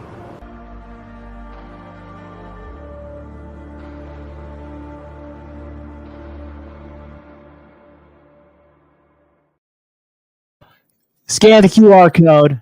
If you're a lazy degenerate that doesn't even want to do the things you need to do to turn your life around, you can't do this on the keyboards. December 28th, mark the calendars, boys. It's going down. You're gonna see this. I'm cooking up this new body language mastery 4.0 is gonna be lit. It's gonna be a total dating guide. Total. Like literally, if you do not follow this guide A to Z, then you're just missing out. You're just missing out. I'm literally gonna have like the whole 9 yards in this entire thing. So let's go back to the phone calls. Chat, how are you guys doing? Chat, what's going on? My wife is in the house. Luciana, how are you? Luciana broke my heart the other day via email. She said she's not going to send me pictures, nor does she have no Instagram. This is our romance song for me and Luciana.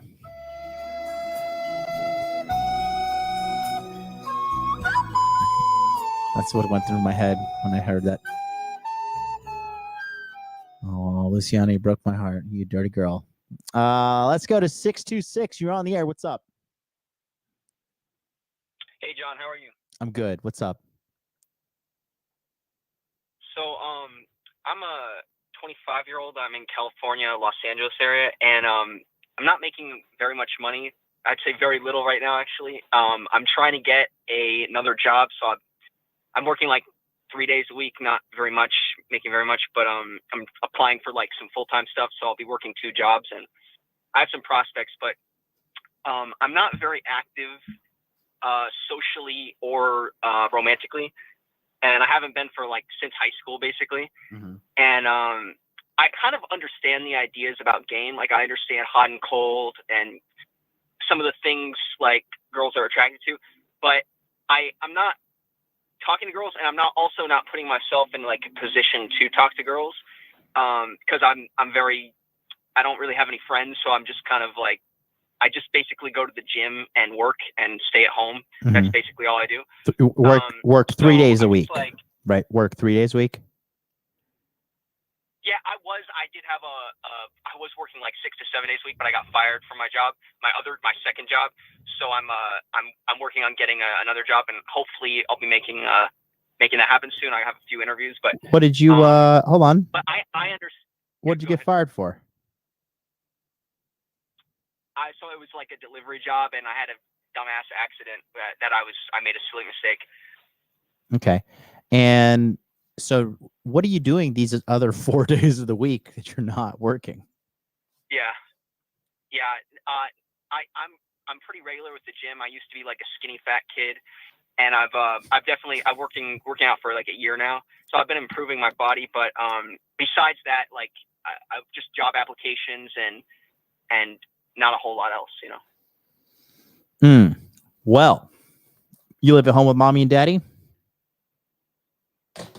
I had an apartment for. You're not answering my question. But I'm back with them now. Yeah. No, I am answering. I'm back with them now for about a year and a half now. Really? Are you still breastfeeding or what? That's funny. Your life is too easy. That's what it is. Got an easy life. So you suggest just moving out is a good first step? I think getting a fucking job. Like, okay, so wait, you say you're 24? 25. Okay, so you're 25 years old, and your current job is doing what again? It's like fast food service type thing. Okay, and why isn't your dad ferociously beating your ass for being a loser? Like, what's going on in this household? No, I know what you're saying. I just came into the red pill space like a year and a half ago. I had no concept of like self-improvement all before that, and like my attitude has changed a lot. That job that I currently have was the only job I had for a long time. I got that second job, and I was working like 50 hours a week for, you know, and I would be working that much, and I'm working to get back there, but yeah, so. So you kind of. I am improving, and I have improved a lot since getting involved in the red pill space, and I really appreciate the red pill a lot. So. Yeah, that's good, and I'm not trying to like make you feel bad or anything, but I am trying to figure out like what's what's going on? Like, it's been a year and like, so this previous job you were delivering food, right? No, I was like Amazon driver. Okay, so you're an Amazon driver, you crashed the car, right? And then you got fired. And then now you're a worker in a fast food restaurant? Sort of like fast casual type place. Okay. And what have you been doing with your life? Like, you graduated when you're 18, right? Yeah. In the last 7 years, what's been going on? Well, like I said, I only had one job for like a long time, and I was only working like a few days during the week. Like I said, I just discovered the red pill space. I didn't know shit Stop. about like Wait, hold on. actually Time out. a contributing member of society. Time out. I mean, this has nothing to do with being red pill. I know. The point I'm making, I'm not using that as a crutch. My point is that I acknowledge I wasn't doing shit, and I know that. That's not. No. Look, I'm not trying to shame you or make you feel bad. What I'm trying to understand is, like, you didn't go to college. Your parents didn't tell you to go get an education. No, I didn't get education. Why not? I just high school, because I had a really hard time. 90 seconds. I thought that I would not be able to make it through college if I tried. Sorry, the lady spoke. Say that again. You what? College? What? I said I had a really hard time throughout school, so my thought was that I would not be able to make it through college if I tried to go to college. That was what I thought at that time. Okay, and then for 7 years, what the hell did you do? Just like basically the job 60 I'm doing now, seconds.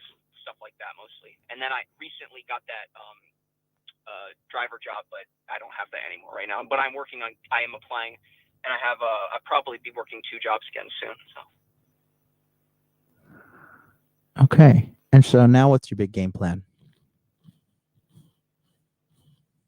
Well, that's part of the reason I want to talk. I do have I want to do like I have a business plan for a restaurant that I had been working on. I put a lot of effort into that, and I got really good feedback about a lot of the ideas and recipes and shit that I came up with. Everybody I've told about it, they sound like. Wait. Who gave you feedback? Sorry. Who gave you feedback? 10 seconds. I've talked to friends. I've talked to family. Just a lot of different people. It's not just like people that I know. Okay. So like strangers like tried the shit I make, and like they're like, holy shit, that's fucking amazing. So it's not like bullshit or anything like that. The majority of all restaurants fail within the first 2 years. I do know that. That's why I want to save money, obviously, before so I have some kind of capital going into that. So you can waste all the capital, or like you need. But if you wait, come on now, you're not going to go into something expecting to fail. If I was with you, I would. You need a mentor. Because if the default outcome for something is failure, and you have no one as a consultant guiding you, and your track record of your life is not looking too stellar, then failure is most likely what's going to happen. I get what you're saying about the track record of my life. I don't think like that, because I wasn't even trying until like a couple months ago. So I get what you're saying. Like I got fired from the other job. That was a dumbass mistake. I will never make that mistake again, I swear. But that to say that I have a track record of failure, I mean, like I don't live my life like that, because it's not true. I haven't put an effort in like a fucking adult until like very recently. So I don't agree with that at all. Okay. I get what you're saying, but that specifically, I totally that's bullshit to me. Okay, that's great. But at the same time, if your current situation in life of you giving it your all has led you to working 3 days a week at a restaurant. So how much money do you need for this restaurant that you want to start? probably a baseline would be $100,000. Okay. Have you done the numbers on this, or this is just a theory? Yes. Yeah. No, I've done the numbers. Okay, then what is that 100,000 going to cover? So it's going to cover, obviously, like purchasing all the equipment and food at the beginning, and if there needs to be a deposit on the like for the first month or two for rent for the rental property, and then obviously paying employees at the beginning. That's the main cost. Mm-hmm. And then how many employees do you need? 2 working at all times, and I plan to be open like 11 to 8 to start. So, and like a couple hours before and after. So it's like 12 to 13 hours per day times 2 employees per day, basically. And how much are you going to pay these employees? Slightly above minimum, maybe like, because in California, where I am, it's like, I think minimum is 14 or 15. So I would want to pay them 17, because I've noticed that places that have employees that actually give a shit about their job pay slightly above minimum. They don't pay minimum wage. So I would want to incentivize the employees to work hard. Mm-hmm. Okay. And then who's going to provide the food?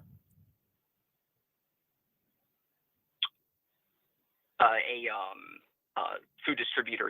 That's how you get shipments from food, and then you prepare at the restaurant. Mm-hmm. Okay. And then have you found a location? I am because I'm not actively pursuing this right now because I don't have the funds, but I have done scouting, and I've found cities near me that makes the most sense, like a demographic wise, you know. Okay. Do you know what the rent would be?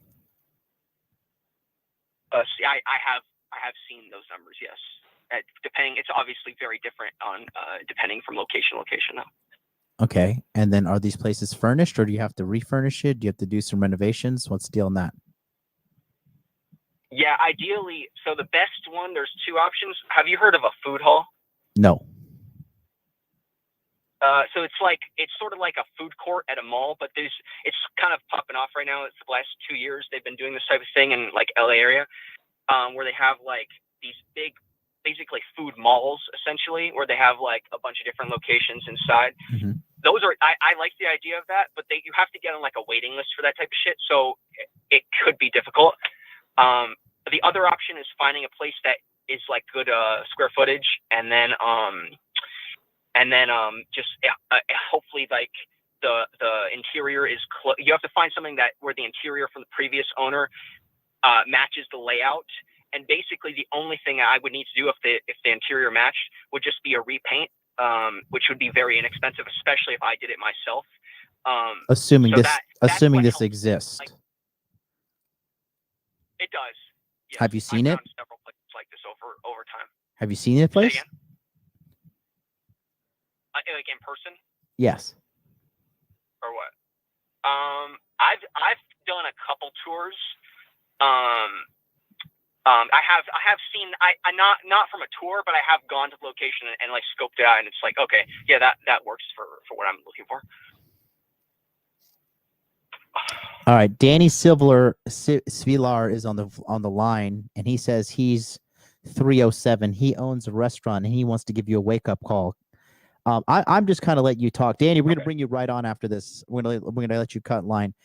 And so for this $100,000 how are you gonna save it up?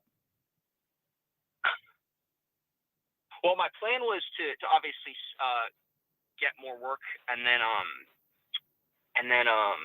just continue saving, because I don't have a lot of expenses right now. Because you live at home with mom and dad. Got it. Exactly. So, assuming, let's just say you want to save $100,000. I was going to say. Listen. Yeah. I'm not really that close to that. I have some, but I would ideally go to a bank for a loan, business loan, and use things that I own as collateral for that. Like what? Like your PlayStation 5? No, like a vehicle and a separate savings account that I have as well. And how much is in that savings account? 40 40,000, and my car is worth above 20,000. You have $40,000 saved up? It's not. It's like a old account that's. I didn't personally save that money. It's been in my family, but it's for me. As a trust fund or what? I'm not sure. It was made by my grandparents a long time ago. Okay. I think your plan is terrible. And I didn't even mean to. Can I just say, I don't want to cut you off, but I just want to say, I didn't even mean to come on here sounding like a know-it-all. That wasn't my plan. I was calling to actually ask for some advice. The restaurant thing I really do want to do, but I'm not saying I have to do it soon. I am actually looking for advice on maybe a different career to go into that would pay more. You know what I'm saying? I wasn't trying to be arrogant. That was not my intention calling in. you're not arrogant. Listen, you're not arrogant. I like the enthusiasm, but I also if somebody told me they wanted to drive a car only using their feet, I'm going to have to tell them that I think it's a very bad idea. Okay. So. Are you saying the restaurant's value because I don't have the money? Is that what you're talking about? No, because you don't have the experience, you don't have the knowledge, you don't have the money, and you don't have the competence, and you don't have the location. You don't have anything ready. I have what knowledge don't I have? The knowledge. I haven't done it before. No, when you're doing something for the first time, you don't know. You've never done it before, so that doesn't track. Yeah, it's still, you don't have any business ownership experience. You don't have any experience running a business. You don't have any experience running a company. You don't have any experience managing people. My friend, you could barely manage yourself. I have managed before, actually. Okay, so, but you can't manage yourself, and your life is your first business. You've managed yourself so poorly to the extent that you had to move back in with your parents. I'm not arguing with you about that. You can't argue. You can't argue with me. No. Okay. Yeah, I know. I think yeah, go ahead. Sorry. You have higher levels of self-awareness than the other guy that was on here rambling. But Parker, he means well too. Okay. Here's what I think. What's your name, young man? Matt. Okay. So Matt, listen, I think that I really love your enthusiasm, and I think that your heart's in the right place. But I think right now you need to focus on yourself, which is you need to have more skills. You need to have a little bit more competency. Okay. I think you need to choose one skill, whether it be a trade, cybersecurity, computer programming, something along those lines, and work on that one thing. Remote sales, like the other kid that just called in, something like that, but work on it until you're making at least $100,000 a year. Is that so? I know everybody like on the. It seems like the internet is like a place where everybody comes to like brag about their 6-figure salary. I don't like. Is that like a real thing, or are people just capping with that? I mean, I work with people that are doing very, very well with themselves. It's not capping. I guess you believe it to be capping because it doesn't seem possible. Yeah. You know what I mean?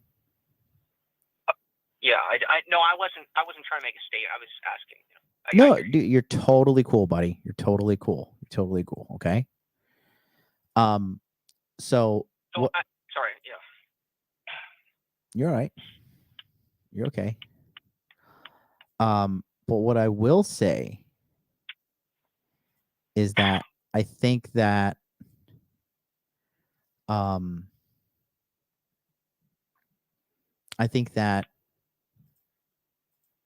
the best thing for you to do right now is kind of calm yourself, center yourself, because you have a lot of enthusiasm and you have a lot of charisma and you have a lot of energy, but you're like shouting out into the ether.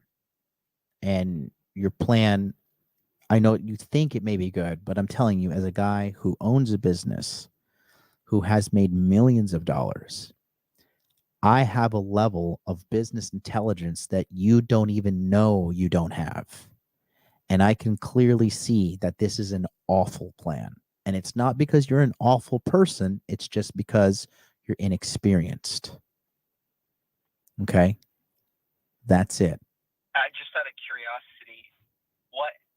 Because I totally understand what you're saying. I don't claim to be a seasoned business owner. I never, But so if you're saying that that's the main reason why the business idea is poor right now, then what would be a good? I know you're talking about the online job. That sounds separate from what we're talking about a little bit.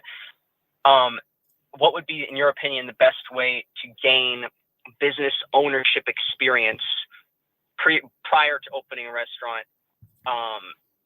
If I still want to do that, I would work to have the highest level of mastery over myself at first.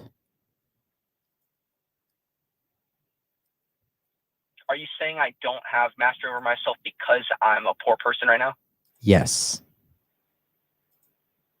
So that once I fix that, I'm chilling, basically. No. Or no? That's okay. Right now, listen. And take this like a man, and don't take it like personally, but you can't even maintain yourself as an adult. You're living with your mother and father. So you're not even at step 1. You're at step 0. Yeah. Step 1 is I'm a grown man. I have my own house. I have my own bills. I have my own income. I'm supporting myself. Yeah. So you're at step 0. We want to get you to step 1. So with that, all that like online work, is that stuff easy to get into, or do you need like a formal education for all that? You see, that's the wrong mindset to have. The mindset is I need to do whatever it takes to get what I want.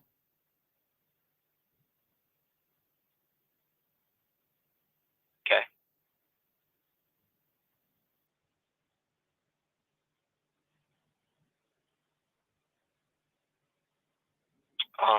In order, yeah, I guess I'm pretty ignorant about. You're not ignorant. No, listen. All that. Just calm down. We're not. You're No, not I'm ignorant. saying about the online work. I don't know shit about that stuff, so I have to like look into that a lot. Yeah, and you strike me as a guy who starts a bunch of things and finishes not so many of them. It's okay though, because you're young. Kind of true. I know. I'm 38. I'm holding on for dear life over here. Me and Luciana. Okay. But what I will say is that you're smart enough to be watching this shit. You're smart enough to try. Trying is a big part of it. But remember, confidence without competence is arrogance. Yeah. Okay. So what I want you to do is I want you to go home. Okay. And I want you to go in your room. And I want you to get on the internet. I want you to look at jobs that can get you to $100,000 a year. And then look at all those jobs and decide which one you want to go for. And you go for it, and you don't stop until it takes you to $100,000 a year. Just like the Pakistani kid that called in, and it took him 3 years, but now he's 28 and he's making $110,000 a year. $110,000 a year. It's not bad. It's decent money. It's decent. It's respectable income. You could look yourself in the mirror as a man and be like, you know what? This is okay. Yeah. And that's what I would do. Okay. All right. Okay. It's funny when I was calling in. My question was going to be about girls, but I totally get you're saying. That's definitely not what I should be focusing on right now. Clearly, so I hear you. Listen, dude, Listen, I love you, but I want to put your head through a wall. If you talk to a woman like this, she's gonna mace you. She's gonna pepper spray you. She's gonna run away, buddy. I don't talk to women like this. This is the first time I've talked to anybody about this stuff. Like I'm all bottled up, but I don't talk to people about this shit. It's all good, buddy. That's what I would do if I were you. Okay. I'll do that. I appreciate you talking to me. Now I want you to listen to the next caller who owns a restaurant, and let's hear what he has to say. I'll talk to you soon. Bye bye. All right, let's bring on restaurant owner. Hello, Mr. Restaurant Owner. Yo, man, how's it going? Talk to me, my man. Let's red pill these guys on the truth of owning a business and all that jazz. You know, first and foremost, I usually don't even call into this shit, and excuse me for, messaging you on fucking Facebook and Instagram and shit, but I had to get on this shit, bro. It's okay. Listen, any man who has valuable information is willing, has an open spot on this platform, especially a guy like you. You said you're doing pretty well for yourself, so sir, the floor is yours. Well, I appreciate it, man. I will say I did not start the restaurant myself. Mm-hmm. My grandparents started it back in 1912. So a little bit of a Nepo baby, if you will. Mm-hmm. But you grew up in it. It wasn't just handed to me. I've been, working there basically most of my life. Mm-hmm. Started out as fucking a busser and a dishwasher and worked my way up. I did leave to go to college, and in the meantime, I worked in the entertainment industry. I was working on cruise ships overseas in Europe. Mm-hmm. Just getting, a little bit of experience of the world and, trying to broaden my horizons, if you will. Mm-hmm. But I will say this, though. $100,000 start a restaurant isn't shit. Homeboy said he was from LA. I lived in LA for several years. Some kind of California area, I I believe. was paying $4,000 for my penthouse apartment when I was in college. Oof. A month. $100,000 is not going to get you basically anywhere. He has this pipe dream, and he has this fucking, this cocky attitude with his fucking dick hanging low and shit like that, thinking that it's going to work. It's not going to work. Yeah. Because there's so much more to a business than just, opening the doors, getting some food in there, and trying to serve people. Yeah. You need to figure out what your target demographic is. You need to figure out what, your niche is. What separates you from the other, hundreds of restaurants around you? What is what wants the customers to drive in? You know what I mean? Mm-hmm. Homeboy said, he had a lot of ideas, but $100,000, that's not shit. Mm-hmm. And I know, man, you said that most restaurants fail within 2 years. 90%. That's actually incorrect. Mm. It's 90% of all restaurants fail within 1 year. Whew. And, homeboy's talking about, giving employees a higher wage and things like that. That's what's fucking, the industry up right now. The cost of food is so high. Rent is ostentatious, but I'm very blessed that we own our building. Something that man needs to take into perspective. We have a long-standing relationship with many food suppliers, so U.S. Foods, things of that nature. And what kind of blows my mind is, he thinks that he can start this shit up with $100,000. Most liquor licenses will set you back a cool, quarter mil. Right. And if you don't got booze, you ain't got a business. Yep.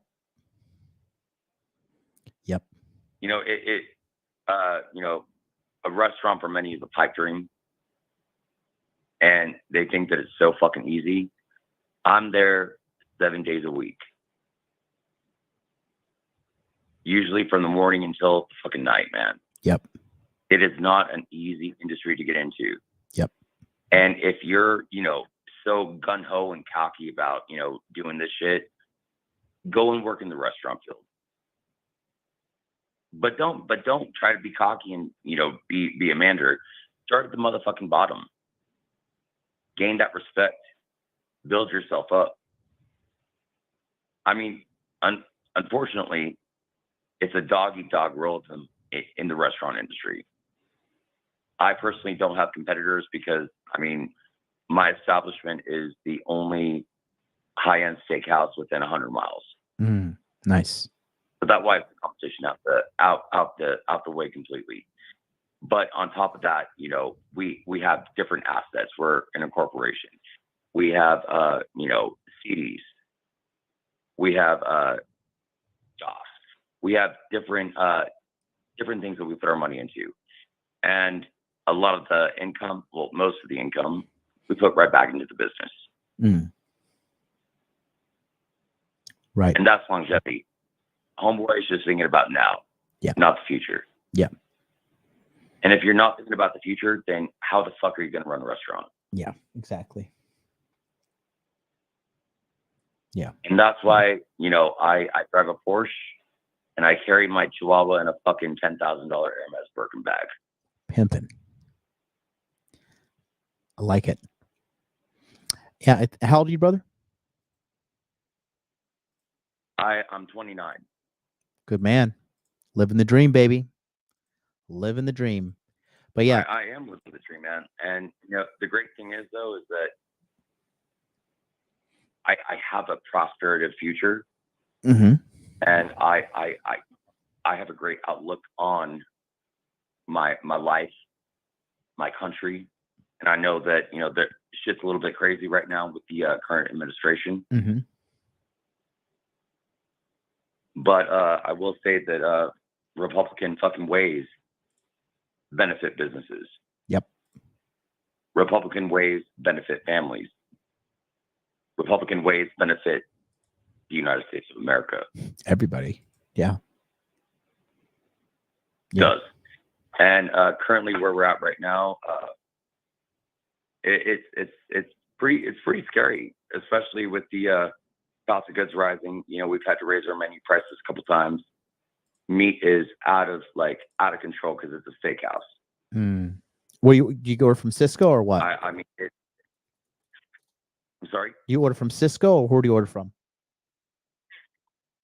We actually get our beef from IBP, Iowa, like beef product or whatever. It's USDA choice. So top tier, we cut everything to order. I mean, we've entertained, you know, people like Neil Armstrong. My father was in the Senate.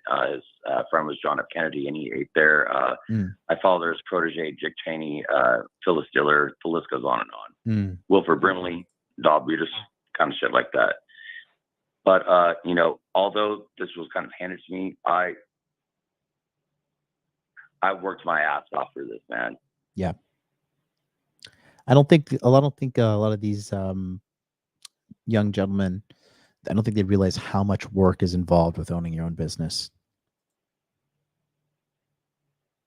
They don't. And then they're also, you know, completely not even realizing the fact that you need the bookkeeping. I mean, you have fucking payroll tax, you have state, you know, income tax, you have, you know, federal tax. I mean, it's not just something that, you know, is, you know, fucking a ride in the fucking park on a bike. You know what I mean? Like, this is a serious thing. And especially with the IRS, they'll fuck you. They will. And they won't even bat an eye. They would not even bat a fucking eye as they fuck you. Well, exactly. And I think it's really disgusting that a lot of people believe that, you know, the restaurant industry is just so, you know, hoity-toity, easygoing. No, it's hard fucking work. Yeah. Especially when you have a good product that, you know, takes time, patience, and, you know, labor to deal with. And then you have homeboys saying, you know, oh, let's, you know, I'm going to pay my employees, you know, more than minimum wage or this and that and this. Well, then you're going to, you know, raise your prices so high that who's going to want to come and eat your, you know, kids for fucking food for, you know, high ass prices. You know what I mean? Yep. Oh yeah. Well, listen, man, it was great chatting with you. I think it's just good for the audience in general to understand that, the realities of owning a business. And I hate to make it political, but like, these motherfucking people who vote Democrat are fucking retards. These people are fucking stupid. Like, I don't understand how you can justify giving the government more taxes, because these motherfuckers blow the money every single year. Our country's not getting better. It's getting worse. And these cocksuckers are in control. Well, and I will say this though. I think a lot of it has to do with the race baiting type of shit. The the identity politics bullshit. Yes. Like, I don't give a fuck what color you are. I don't give a fuck who you sleep with at night. I don't give a fuck, what you do in your personal life. I care about what you do professionally. I care about how you get shit done. Yeah. And I also care about the fact that lower taxes mean better things for business. Yeah, for everybody. When Trump was in office, good friend of the family, Walmart gave Christmas bonuses for the first time ever. When businesses are doing good, the employees do better. Mm-hmm. Oh yeah. But all people care about is, trigger warnings, fucking, this person's racist, just shit like that. Yeah. Fucking, like, I don't give a fuck if you think that you're if you think that you're a different gender, but don't put that on me. Yeah. Yeah. Well, you saw. You know what I mean? Like, you saw what Vivek said. But if you're sorry, did you see what Vivek said the other day? Sorry? Did you see what Vivek said at the Republican debate? To be honest with you, man, I haven't even paid attention to the debates just because I know You're too busy living. Too busy. I know who the nominee is going to be. Yeah. No, but definitely agree with you. But I just want to bring it to your attention that Vivek straight up was just like, transgenderism is a mental disease. That's what he said in the fucking. Well, actually, that's what he said. Well, gender dysphoria is a mental disorder for one. Yes. But we have these fucking renobs running around saying I'm not a gender. It's like, well, you got a pussy or a dick in your pants. Like, what the fuck? You're not a gender. Yeah. Oh yeah. It's becoming a mockery of the entire world, and the United States is the laughing stock. It really is. It's a joke. It truly is. It truly is. I mean, especially when you get into things like George Floyd. You know what I mean? Like, he obviously died from a drug overdose. Yep. You can't mix meth and fucking fentanyl. Nope. Hands down. Not a good idea. But since he died, they destroyed fucking cities. They destroyed black businesses. They took people's livelihoods away. Yep. And what? It was all financed by the Democratic Party, because then they're also like, oh, these people rioting, it doesn't spread coronavirus. Like, oh, okay. Well, that's completely true. And if you look at the Black Lives Matter, like the tax shit. Sorry, I'm a little bit drunk right now. I've been drinking some champagne tonight, but you're making perfect sense. Look at the tax breaks for Black Lives Matter. Most of their funds that weren't allocated to the founders' mansions in Los Angeles and whatnot went directly to Joe Biden. Yep. To the Democratic Party. Yep. And that also goes back to George Soros. There you go. There's the big name. Well, listen, man, I got some other callers here. Everything is connected. And oh, go ahead. Go ahead. Dude, you're fucking rad. I appreciate you. We'll have to link up and talk more. Yeah, man, hit me up, bro. I'm here. I'd like to talk to high value guys like yourself. Keep going. You're doing a great job. Congratulations on all your success. And thanks for calling in and shining some light from a position of credibility, because you seriously are a credible man. Hey, thank you, man. I appreciate you, and I appreciate what you're doing. Have a great night. You too, brother. Don't get too hammered. Peace out. Peace out.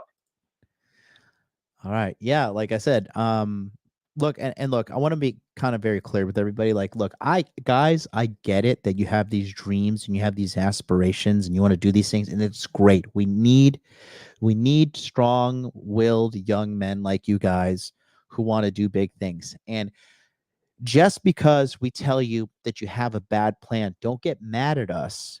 Thank us. They're like, oh, wow, these guys who are making shitloads of money and have shitloads of experience, they just gave me free advice to turn my life around. Okay. So be a man. Ugh, excuse me. Be a man. I mean, look, I showed Brandon Carter some shit of mine that I was doing business wise. He's like, yeah, that's just not gonna cut it. I wasn't like, oh, fuck you, Brandon. What do you know?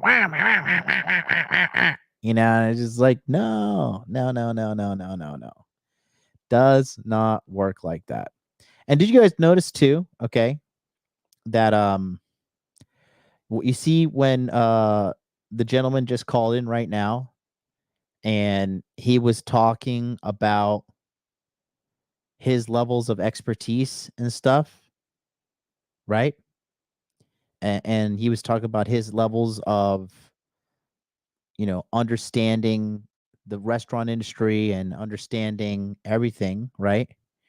Did you notice how I wasn't cutting him off? I wasn't arguing with him. I wasn't saying, excuse me, sir, I'd like to get my point. No, listen, the guy, he's clearly an educated man. He clearly knows what he's talking about.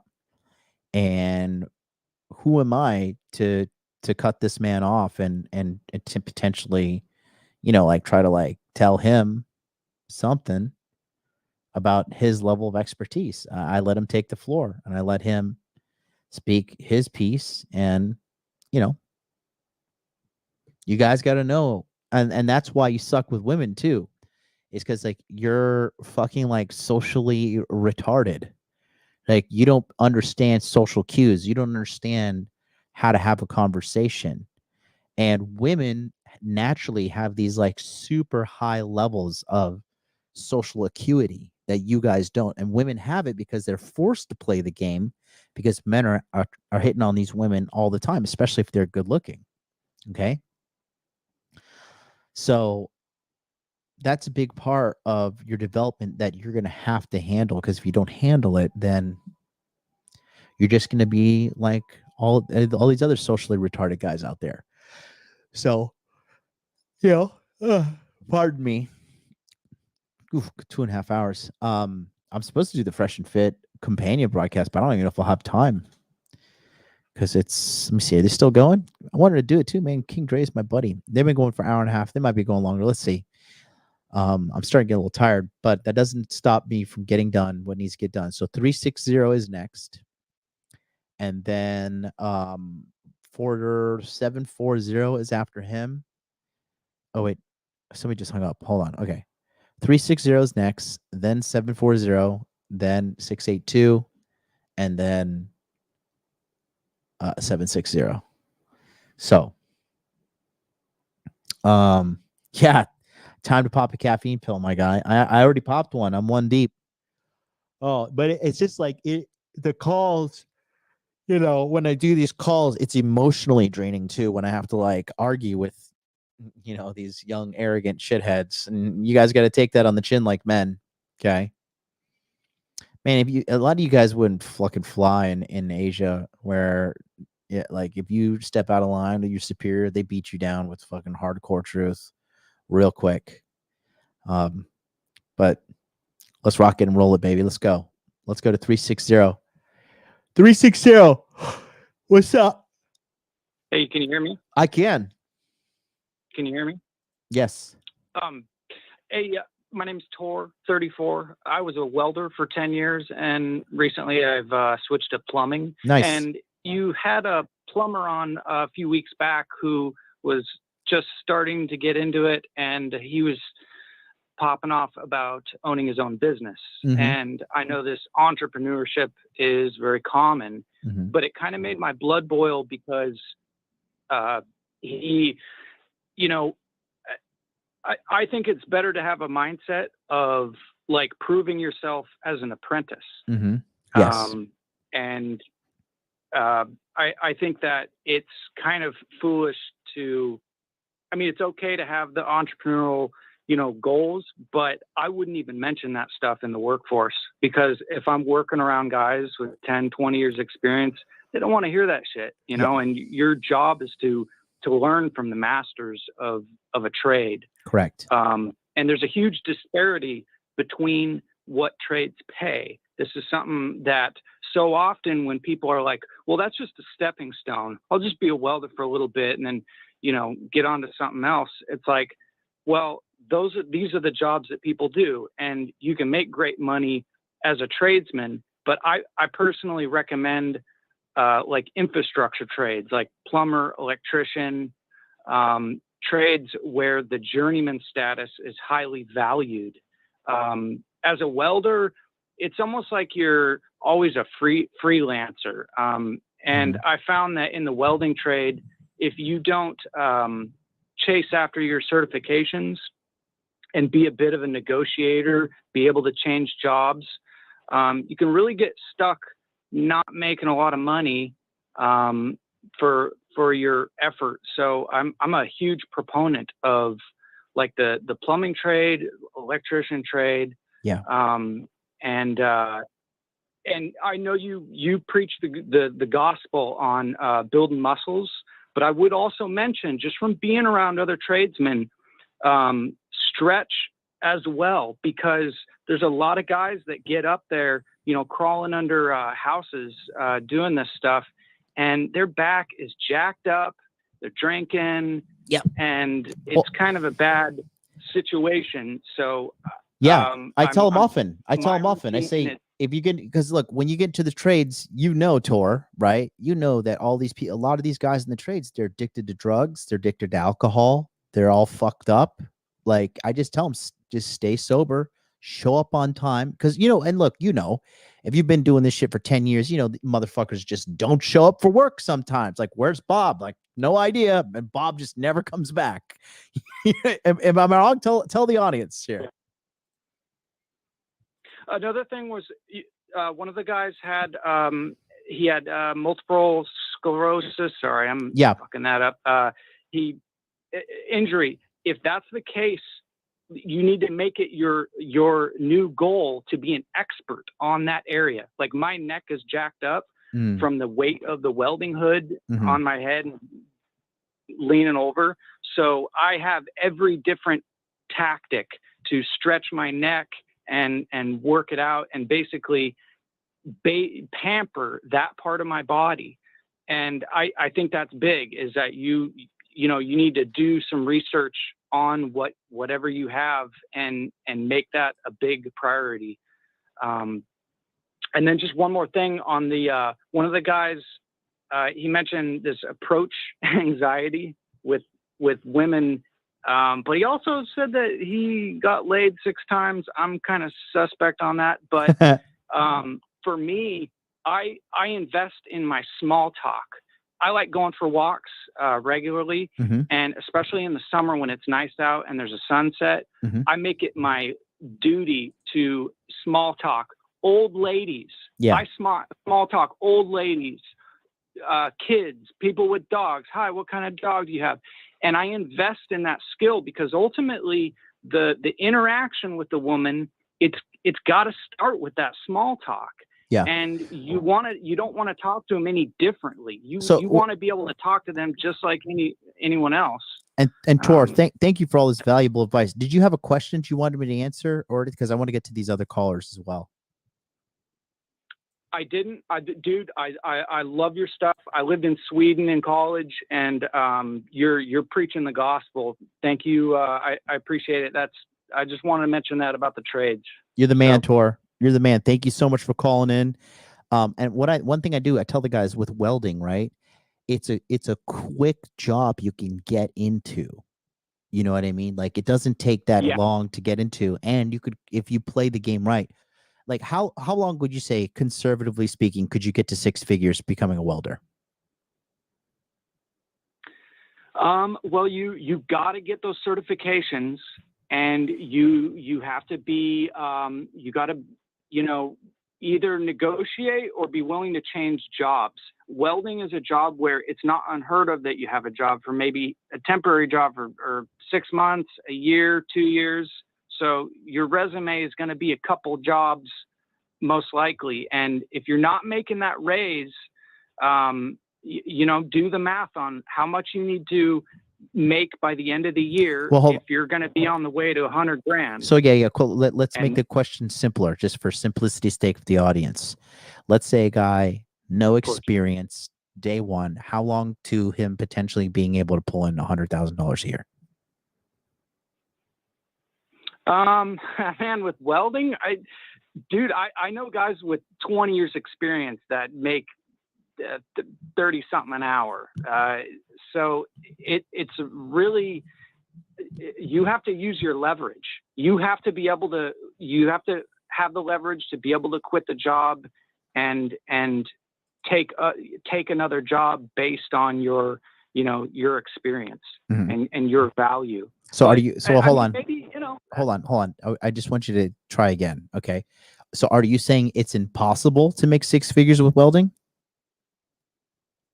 No, I'd say if you lean into a specialty like pipe welding or like sanitary stainless stuff, you'll be heading there a lot faster. Give me a number. How many years? But in terms of,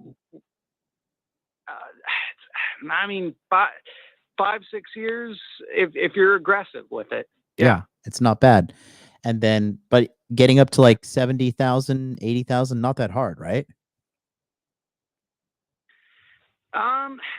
Man, I'm telling you, welding is it's a tougher trade to get that pay, and that is reflected in the statistics of what people make salary wise. That's I've just, the jobs where the journeyman position is valued, like the infrastructure jobs.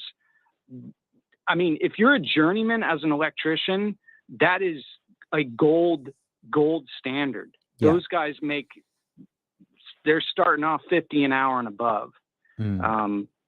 So I just think that, and the statistics bore that out. Which is crazy to me, because welding it's a little more wear and tear on the body. It's tough on the eyes, and that's been basically a tough lesson that I've had to learn, putting in so much time into that trade. I'm 34, so I guess I'm not a spry chicken anymore, but, are you making, I try and have a mindset. Listen though, are you making money? I'm making decent money, as a plumber. What are you making a year?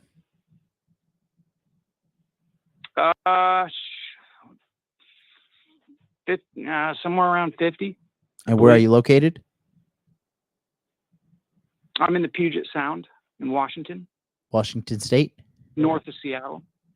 Yeah. Okay. And then are you looking to scale your income, or what's the deal? Well, I want to move back to Sweden, so I'm kind of weird like that. I had that such a good experience over there, so that's kind of the long-term plan, is make that happen. I know sometimes Sweden gets lumped in to the overall the West, but I found it to be pretty fertile ground when I was there. Well, listen, man, thanks for calling in today. I appreciate you. I'm going to get to these other callers, and we'll chat soon, Tor. Hey, you have a good one. Thank you. All right, take care. Peace out. There you go, from the man himself. There's opportunity everywhere, guys, but there's no opportunity sitting at home, wasting your life infinitely looking at YouTube videos and what's going to happen next and how can I do this, how can I do that. Okay. No, sir. Not going to happen. You got to get out there. You got to put the reps in. Okay. Just like me. Look at me. I'm working so hard, and only one man gave me a super chat in these 3 hours. And that man was Aaron Clary, the poorest man in North America. Send me a super chat.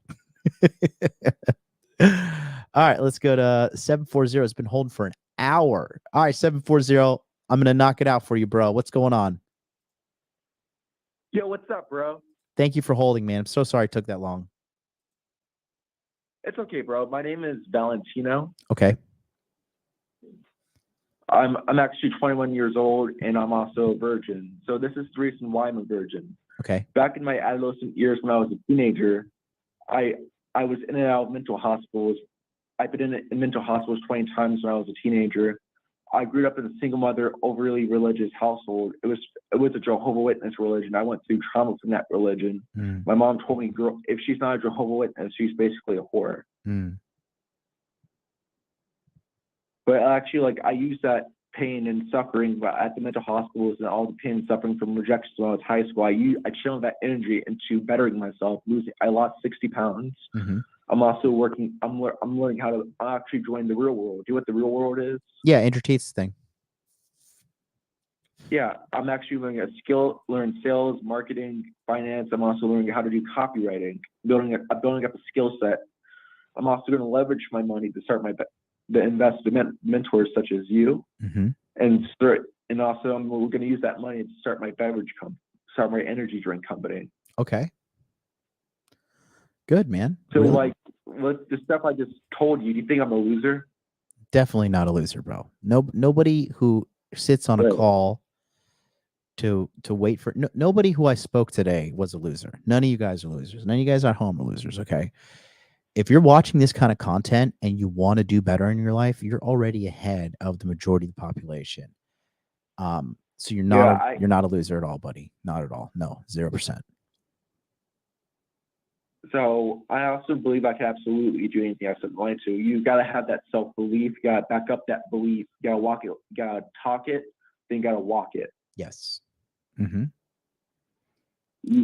Like you said earlier, confidence without confidence is just arrogance. You can't just say, "Oh, I want to do this. I want to do that." You have to put in the reps. You have to put in the work. You got to sacrifice certain things like video games, porn, drugs, alcohol. Sacrifice loser friends. Stop hanging out with them. Yes. Like if a girl is toxic, just get rid of her. She's not worth it. Yes. Yeah.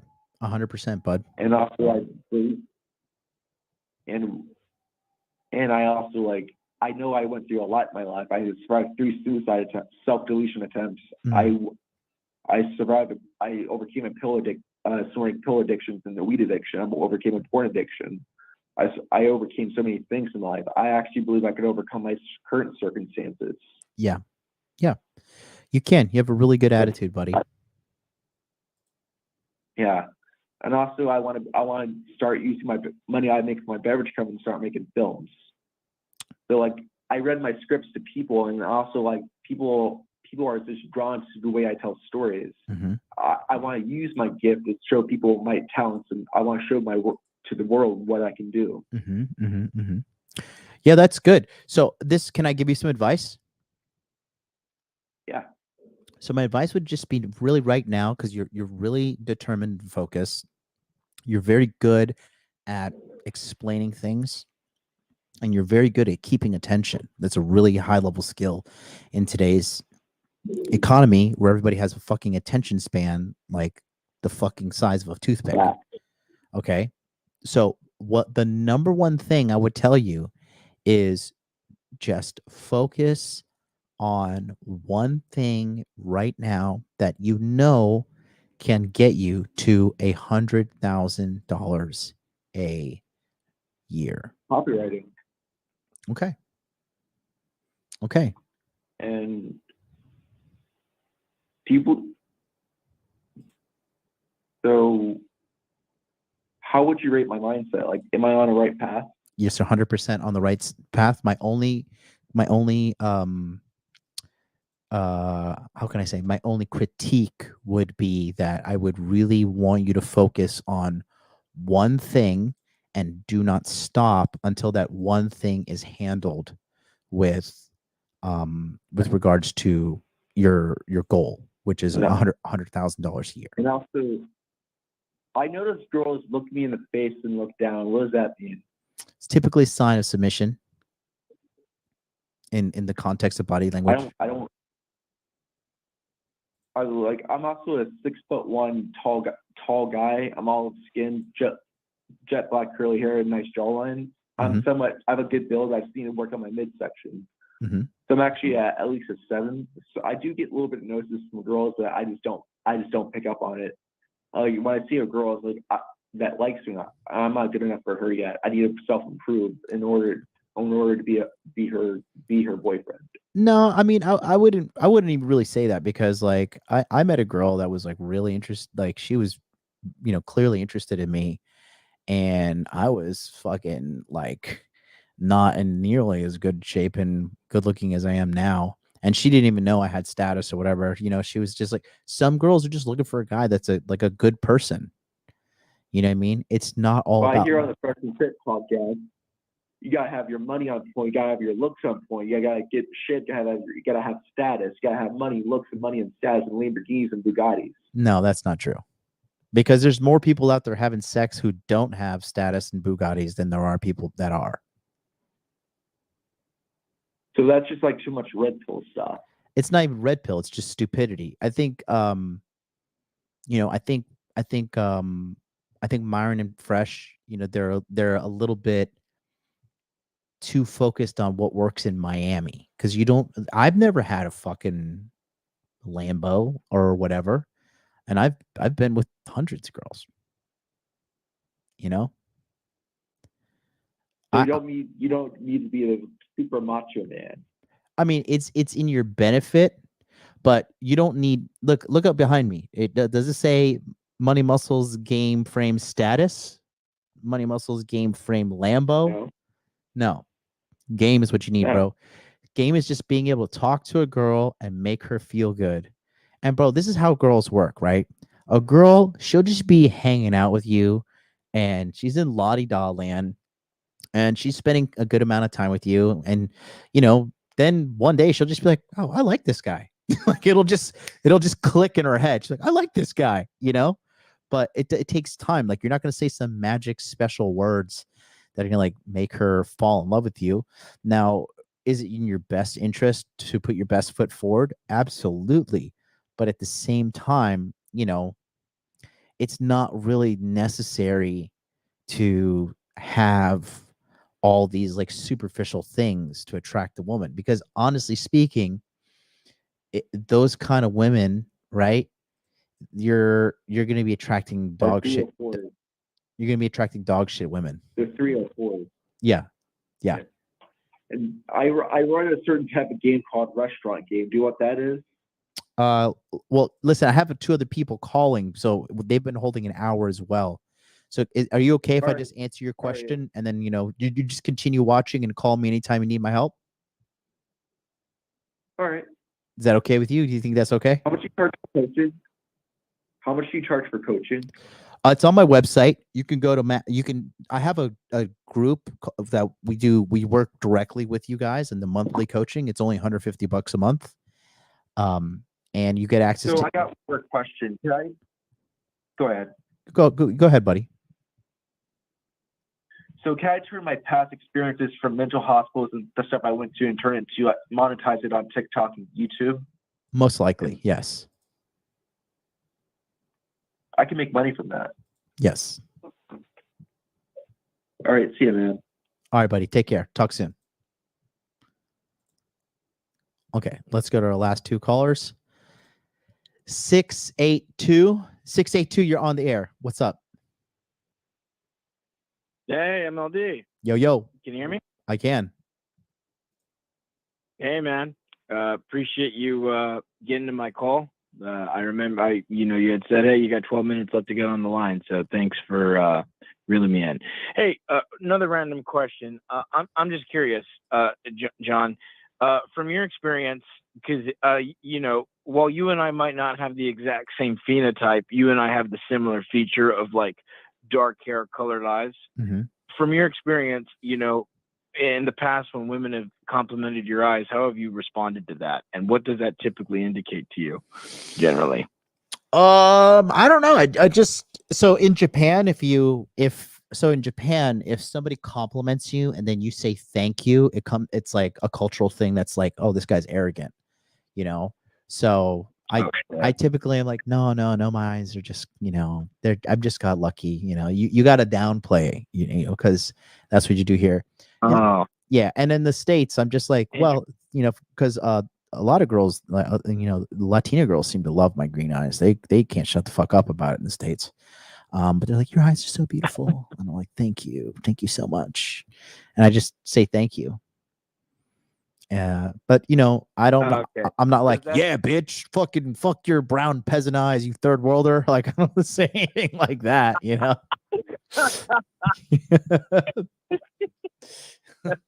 No, but from your experience though, if she compliments him, I mean, does that typically indicate some form of interest or attraction, or is it simply kind of platonic compliment? Like, how do you typically view it? It's contextual, but I mean, the way women are so self-centered these days, I would take it if they compliment you on anything, they actually they mean it, because when they can like stop just revolving the entire world around themselves for like 2 seconds to recognize something in you, I would say, yeah, it's a positive indicator that they might be interested in you.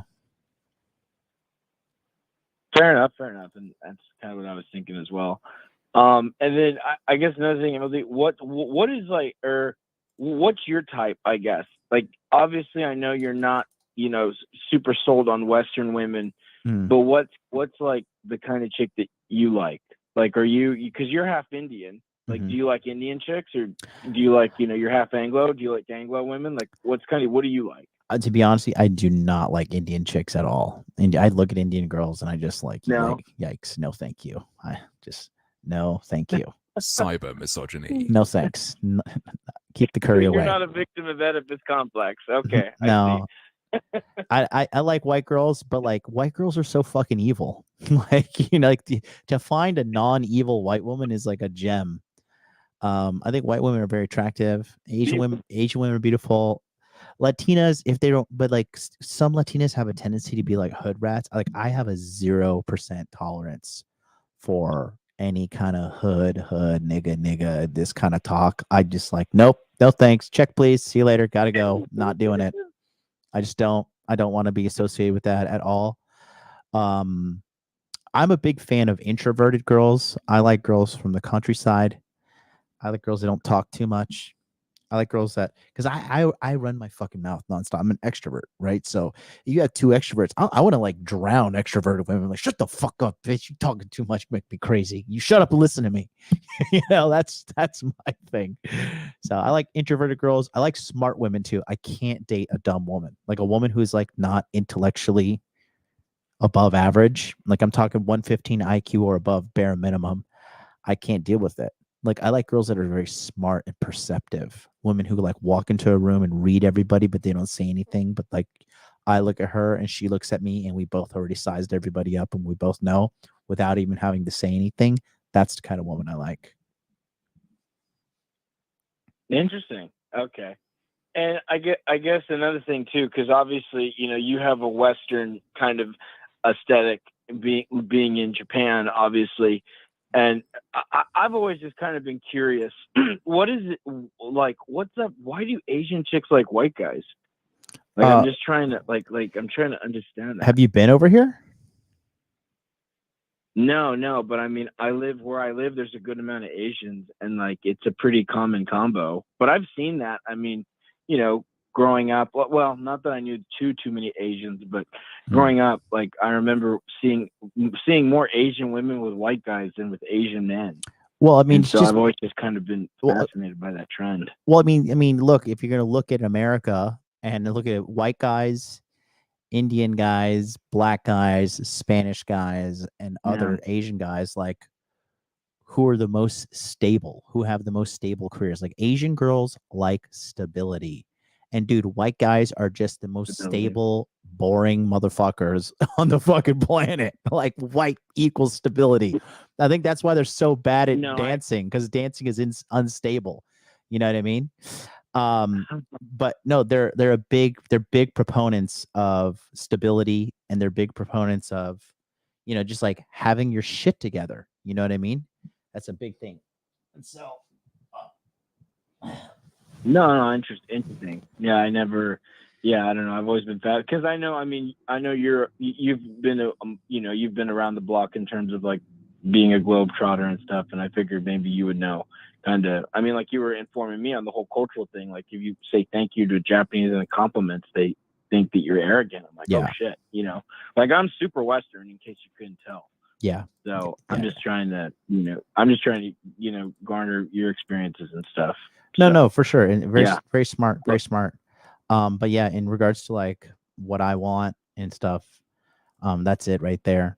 But I mean, I just want a girl that's just like not gonna fucking. I just want a woman that's like cute and not gonna cause trouble, and be on board with like working and helping me on my life journey. Like I'm not trying to deal with no lazy bitch or no dirty girl. So another thing, because obviously I know you've been to pretty much every region of the states at least. Could you kind of give me your take on like West Coast women versus like Southern women versus Midwestern women versus East Coast women versus I guess like Southeast, like could you kind of give me your take on like kind of your geographical consensus of American women? I mean, women from the West Coast should be avoided at all costs. Okay. Women from the West Coast should be avoided at all costs. Women from the West Coast should And be then avoided what about at all costs. I mean, any women from liberal states should just be avoided. Like girls from New York, girls from California, girls from fucking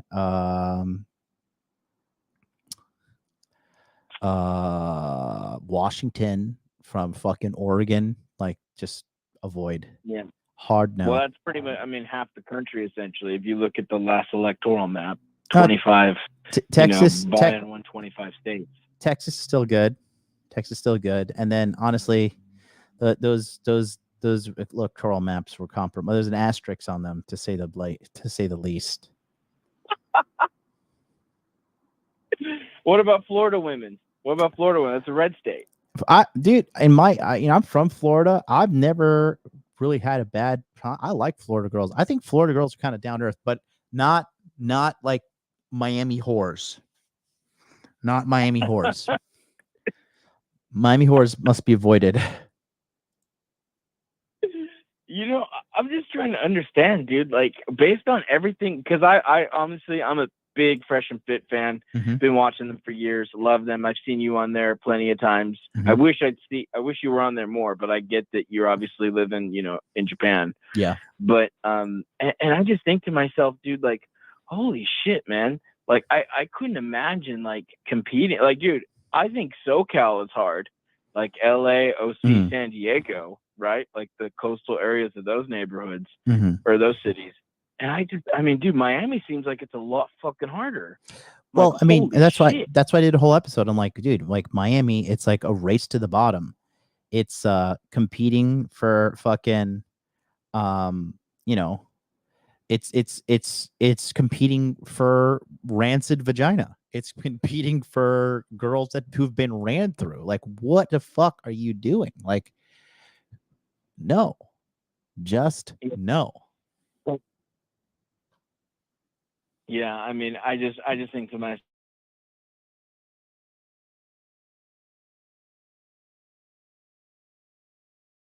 like, I mean, obviously Miami's, off limits, but the game, what about, you were saying Jacksonville was Cracksonville. I had never heard that before. When I hear of Jacksonville, I tend to just think of Limp Bizkit, Yeah, I mean, Jacksonville is just a shithole. I mean, it's Duval County. It's drugs. It's Jacksonville University. You ever see the movie Waterboy? Oh, with Jake Gyllenhaal? No, not with Jake Gyllenhaal. No, that was Bubble Boy. Yeah, the Adam Waterboy with Sandler. Adam Sandler? Yeah. Adam Sandler, yeah. You seen that movie with the SCLSU Mud Dogs? Yeah, that's Jacksonville University. Like that's the pride and joy of Jacksonville. Jacksonville. No, and I get it because like North Florida isn't like, I mean, the saying in Florida goes, the further north you go, the further south you go, technically. Yeah. Not that I'm saying southern areas are shitty, but like I feel like in Florida, the areas to be is like greater South Florida, it seems like, and then maybe Tampa, but I don't even really know. I mean, I don't really hear much people talk about Tampa. Tampa's all right. rating Tampa's all it right. on the spot. Tampa, Clearwater, that's not a bad place to be. Still a lot of good old. It's still white Florida, like so. It's like a bunch of old white people that like going to the beach and shit. Hulk Hogan lives out there. Ric Flair's out there. The cost of living is low. So that's not a bad thing at all. But listen, I'm gonna take the last caller. Winter Park? Listen, I'm gonna take the last caller because we gotta go. Winter Park. Winter Park's my hometown. I love Winter Park. Wait, one last thing. Hey, one last thing. I'm just curious. Look, here's the thing. I'm not an SJW or anything by any means, but I'm just curious. Like, how did you get like the N-word pass? I'm just curious. Like, The N-word pass. It's retarded. I don't play the nigga politics. Like, some black people are gonna hate me for saying nigga. Other black people are like, no, he's black. He can say it. And it's just like, look, I don't give a fucking shit. As long as I'm not dropping hard R N-word and I'm using the word nigga within context, fucking kill me, bro. If it's seriously, is this what we've reduced ourselves to as men? Like, he said nigga, and the pigmentation in his skin is not in accordance to the values that I have. Like, shut the fuck up, okay? Like, I'm not out here. I'm not racist. I don't fucking like. I guess I am racist in the sense that I fucking hate everybody. So if that's racist, then that it is, But I mean, it's all retarded shit that fucking, quite frankly, black people just should not even worry about. They should be worried about getting ahead. Anybody, you can call me hard R N-word. You can call me fucking any racial slur in the world. I don't give a shit. I know who I am. I don't give a fucking good goddamn what you say or the vibrations that you make in your throat don't offend me. So it shouldn't offend anybody, quite frankly.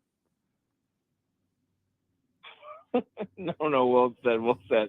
Always good to hear from you, John. Look forward to next week's call. All right, buddy. Love you. Peace out. All right, let's go to 760. Okay. Last call, 760. Oh, Blog Talk Radio is freezing. We may lose you here. I don't know.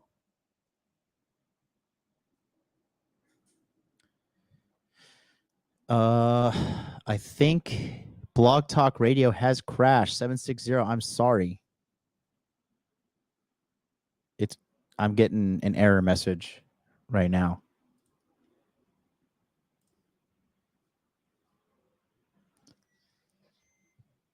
Yep, we got an error message. All right, guys, sorry if you were holding on the line there. Listen, I love you all. Thank you so much for being with us today. I am going to take a little bit of a break. I may come back for the Fresh and Fit companion broadcast. I just did 3 hours in a row. Let's see if it's entertaining enough. Until then, you go, guys. Don't forget, Money Muscles, Game Frame, Body Language Mastery 4.0 is coming out December 28th. Get on the waiting list. Go to masculineempowermentnetwork.com. Get in the waiting list or scan the QR code. Until then, I'll see you next.